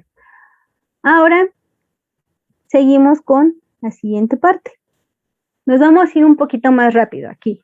Bueno, vamos a platicar de lo que es la herencia no mendeliana. ¿Por qué nos vamos a ir un poquito más rápido? Porque van a tener ustedes todo un curso de genética para ver tanto herencia mendeliana como no mendeliana y hacer ejercicios hasta más no poder y poder aventarlos en términos de que comprendan justo esta herencia de Mendel y la herencia no mendeliana. Dentro de la herencia no mendeliana hay varias cuestiones que vamos a tratar. Como yo les mencionaba, una que tiene que ver con lo que es la herencia ligada al sexo. En este caso en particular, pues nosotros ya teníamos entendido que tenemos a los cromosomas que son autosómicos o autosomas. En el caso particular de la especie humana, son 22 pares, más un par sexual, que justo es el que nos da la categoría o la distinción de que seamos mujeres o hembras o de que sean machos o varones, en el caso de la XY. Entonces, de alguna manera, esta herencia ligada al sexo, justo como su nombre lo indica, está asociada a ese conjunto de cromosomas sexuales. Ahora bien, como nosotros no nada más vamos a estudiar a los humanos, tenemos que conocer que, bueno, de alguna forma, la genética se estudia en otros seres vivos. Entonces, aquí solamente en pantalla mostramos algunas de las maneras o de las formas en las cuales ustedes pueden encontrar en la literatura en cómo se refieren justo a estos pares cromosómicos sexuales en diferentes especies. En el caso de las aves, vean, ya no utilizamos las letras XY, utilizan la Z y la W para hablar de las hembras y la ZZ para hablar de los machos. En las mosquitas, al igual que en la especie humana, se utiliza XX para las hembras y XY para los machos, o incluso pueden encontrar solamente Y referido a los machos. Y bueno, también en algunos insectos, como los chapulines, utilizan el XX o el XY para lo que vendría siendo estar hablando de esa par cromosómico sexual. Asociado a esta herencia ligada al sexo, nosotros podemos encontrar varios ejemplos, los cuales son más familiares para nosotros o los más sonados, tienen que ver con aquellos genes recesivos. Entonces, en este caso en particular, aquella herencia ligada al sexo asociada a genes recesivos y a lo que vendría siendo ligados al cromosoma X, tenemos a lo que es el caso de la hemofilia y el daltonismo. ¿Ustedes han escuchado hablar de estas dos enfermedades en términos de la especie humana? Solo he escuchado del daltonismo, pero de la hemofilia no. Ok, bueno, Vale nos dice que sí ha escuchado del daltonismo, y bueno, yo creo que la mayoría de gente que utiliza lentes, por ahí les han de haber explicado algo asociado al daltonismo. ¿Alguien sabe de la hemofilia? ¿Ha escuchado de la hemofilia o por qué dicen que es la enfermedad de los reyes? Porque no coagulas bien en la sangre. No Ok. tiene buena coagulación. Tiene que ver justo con el factor de coagulación de la sangre, pero ¿saben ustedes por qué le llaman la enfermedad de los reyes o la enfermedad de la reina Victoria? Según no recuerdo de qué país específicamente era la reina Victoria, pero como en esos lugares hace mucho tiempo se solía practicar mucho el incesto, era un gen que tenían ligado a, pues, a su línea de sangre, y exactamente el incesto llevaba a que muchas veces se siguiera manifestando ese fenotipo. Bueno, a ver, ¿alguien más, aparte de Leonardo, que haya escuchado algo acerca de la hemofilia? Porque justo la hablan o la reconocen como justo esta enfermedad de los reyes o de la reina Victoria o de la clase alta en sociedad en términos de lo que vendría siendo Europa. Porque en la los nobleza 1800. europea, para mantener el poder entre las familias, se casaban entre familiares. Ok. Entonces eso muchas veces no daba espacio a la variabilidad genética y empezó a ser muy propenso que tuvieran problemas entre familias, como los Borbón, que al final se extinguieron, pero era principalmente por eso, y por eso es la sangre que se dice que eran la sangre azul de los reyes. Bueno, asociado a lo que nos acaba de platicar Paco, tiene que ver algo de cómo se cree que justo es que empezó a surgir esta enfermedad de la sangre, la hemofilia.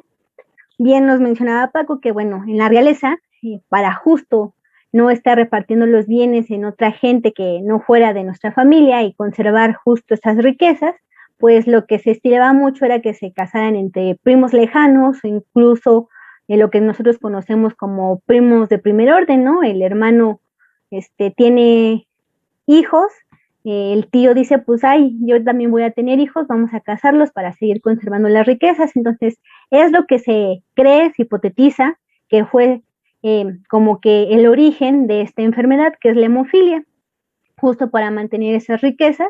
Y bueno, un caso muy sonado es el de la reina Victoria, y nosotros lo que estamos observando aquí en pantalla es justo cómo es que se está dando esta transmisión en los alelos de nuestros pares cromosómicos sexuales y cómo es que de alguna manera vamos observando esa transmisión de lo que vendría siendo la hemofilia. Como bien les mencionaba yo, es un ejemplo de lo que vendrá siendo una enfermedad ligada al sexo, en particular al cromosoma X, y es un gen recesivo. Entonces, los alelos normales, en el caso particular de los hombres, tienen un alelo X y un alelo Y, un cromosoma X y un cromosoma Y, y en el caso particular de los alelos normales, pues tendrían la H dominante para lo que vendría siendo la cuestión de la hemofilia. En el caso de las mujeres,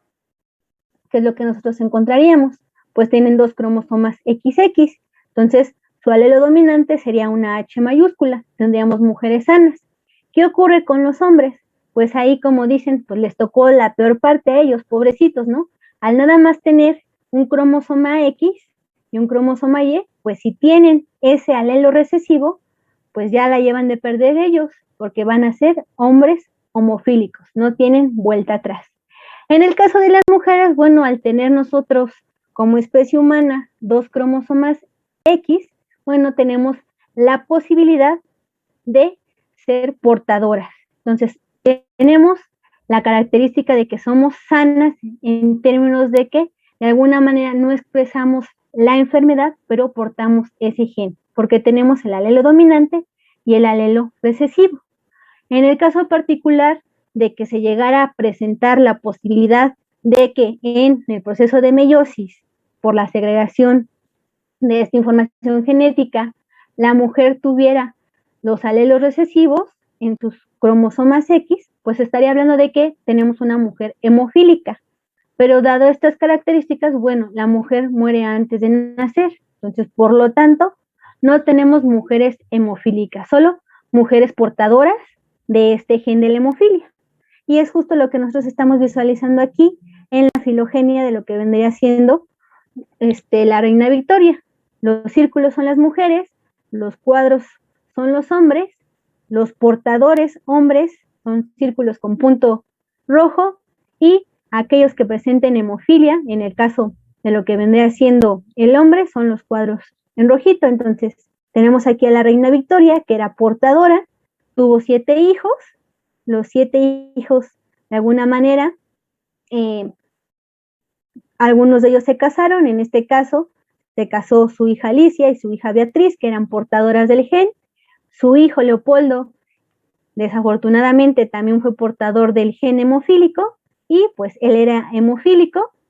En este caso, de esos 7 hijos, pues solamente 3 de ellos fueron portadores de este gen, los otros fueron normales, estuvieron sanos, pero vean cómo ocurre justo esa transmisión de lo que vendría siendo esta característica de un gen recesivo ligado al sexo, la herencia ligada al sexo, que vendría siendo la hemofilia. Y bueno, en el caso particular, ya que nosotros pongamos en práctica lo que vendría siendo nuestros cuadros de Punnett, ¿qué ocurriría? Para eso es muy importante hoy en día las pruebas consanguíneas y bueno, si tenemos la facilidad de hacer nuestro cariotipo y el de nuestra pareja, pues que nos chequen toda esta información genética. Si no, pues bueno, nosotros podemos hacerlo con nuestro cuadro de Punnett y indagando un poquito ahí en la información de nuestra pareja, ¿no? Si tenemos a un hombre que es sano y se casa con una mujer portadora, ¿qué es lo que vamos a encontrar? Bueno, que el 50% de su progenie va a ser sana, el 25% va a ser sana y portadora, que serían las mujeres, y el otro 25% serían hombres hemofílicos, justo por las cruzas que nosotros estamos acostumbrados a realizar con lo que vendría siendo nuestro cuadro de Punnett. Ponemos la información genética de los gametos que se generan de la madre y del padre y hacemos las cruzas. ¿Qué ocurre en el caso de que tengamos a un hombre que sea homofílico y se case con una mujer sana? Bueno, aquí básicamente es un volado. Pueden tener la mitad de sus progenie sanos y la otra mitad que sean portadoras sanas, en este caso que serían las mujeres. Y bueno, el caso más drástico, así ya de forma azarosa, es que ustedes como mujeres fueran portadoras del gen hemofílico o como mujeres fuéramos portadoras del gen hemofílico y además, para nuestra buena suerte, la persona que nos gustó y con la que nos vamos a casar sea hemofílica, en el caso del varón. Entonces, ahí pues sería el caso más contrastante y en términos de cómo le estaríamos dando a la cuestión azarosa genética de nuestra progenie, es que, bueno, justo tendríamos 25% de nuestras hijas serían sanas, pero portarían el gen de la hemofilia, 25% de nuestras mujeres en términos de la cruza deberían de ser hemofílicas, pero justo por esta característica no nacen, 25% de nuestros varones, de nuestros hijos varones serían sanos, y el otro 25% serían hemofílicos. Entonces, prácticamente, aquí sería la cruza más compleja o complicada en términos de esta enfermedad. Asociada a todos estos estudios de genética, hoy en día, pues ya hay varios centros de hemofilia. En el caso particular de México, está la Federación de Hemofilia de la República Mexicana. Estos son sus datos, ustedes se pueden meter a la página. Allí hay muchísima información que les hablan justo de qué es la hemofilia, cuántos tipos de hemofilia hay, qué tan grave puede ser la hemofilia, otras enfermedades que se pueden estar confundiendo con la hemofilia justo por ese déficit de proteínas. Entonces, toda esta información ustedes la pueden encontrar en la red y, como les menciono, en la Federación de Hemofilia de la República Mexicana. Ahora vámonos con justo otra enfermedad asociada a la herencia ligada al sexo, el daltonismo.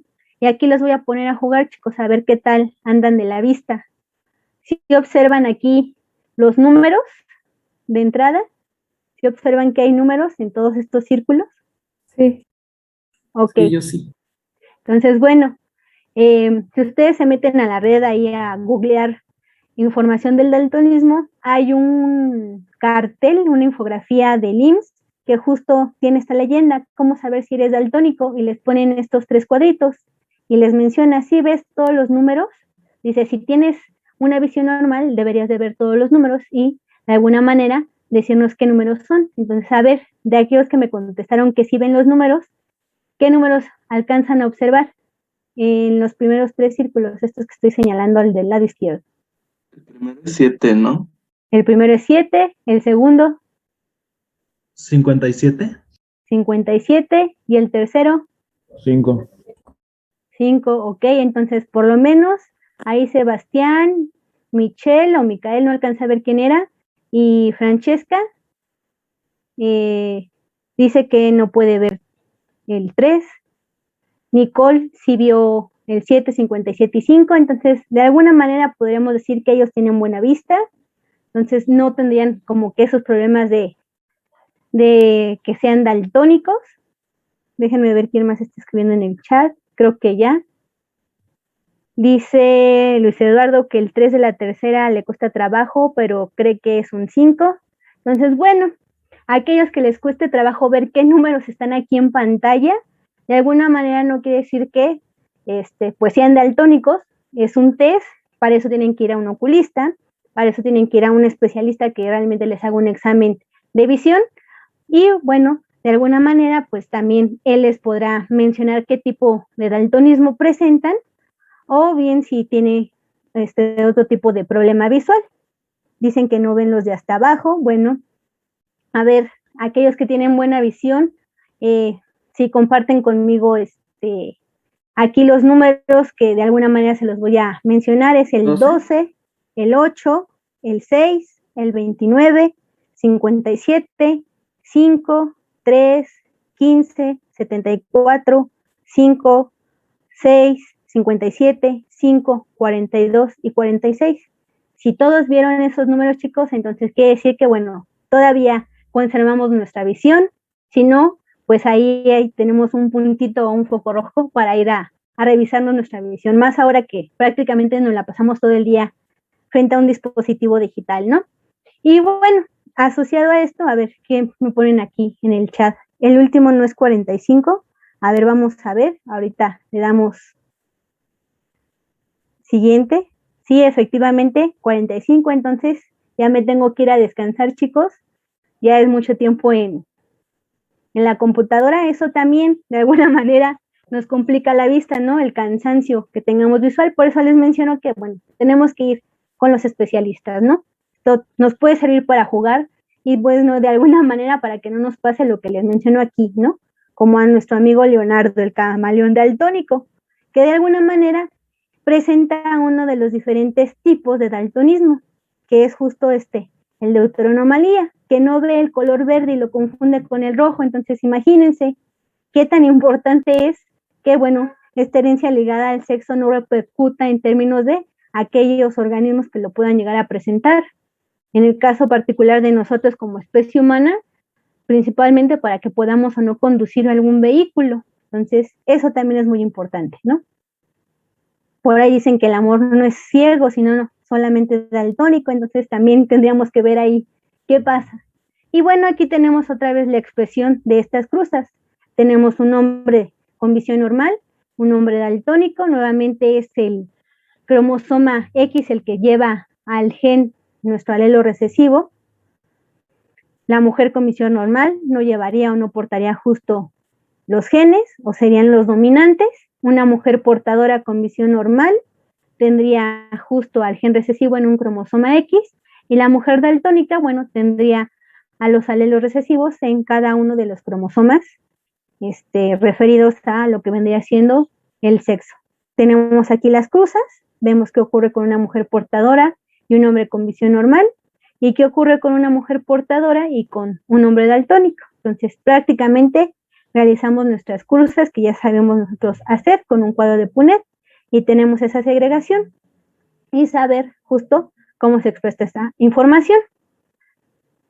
Hay herencia de enfermedades ligadas al cromosoma Y, pero son sumamente escasas. Entonces, una de tantas es lo que se conoce como la hipertrocosis auricular, y en particular, chicos, esta hipertricosis auricular, porque bueno, pueden encontrar la hipertricosis que nos habla sobre lo que se conoce como el fenómeno del hombre lobo. Entonces, agua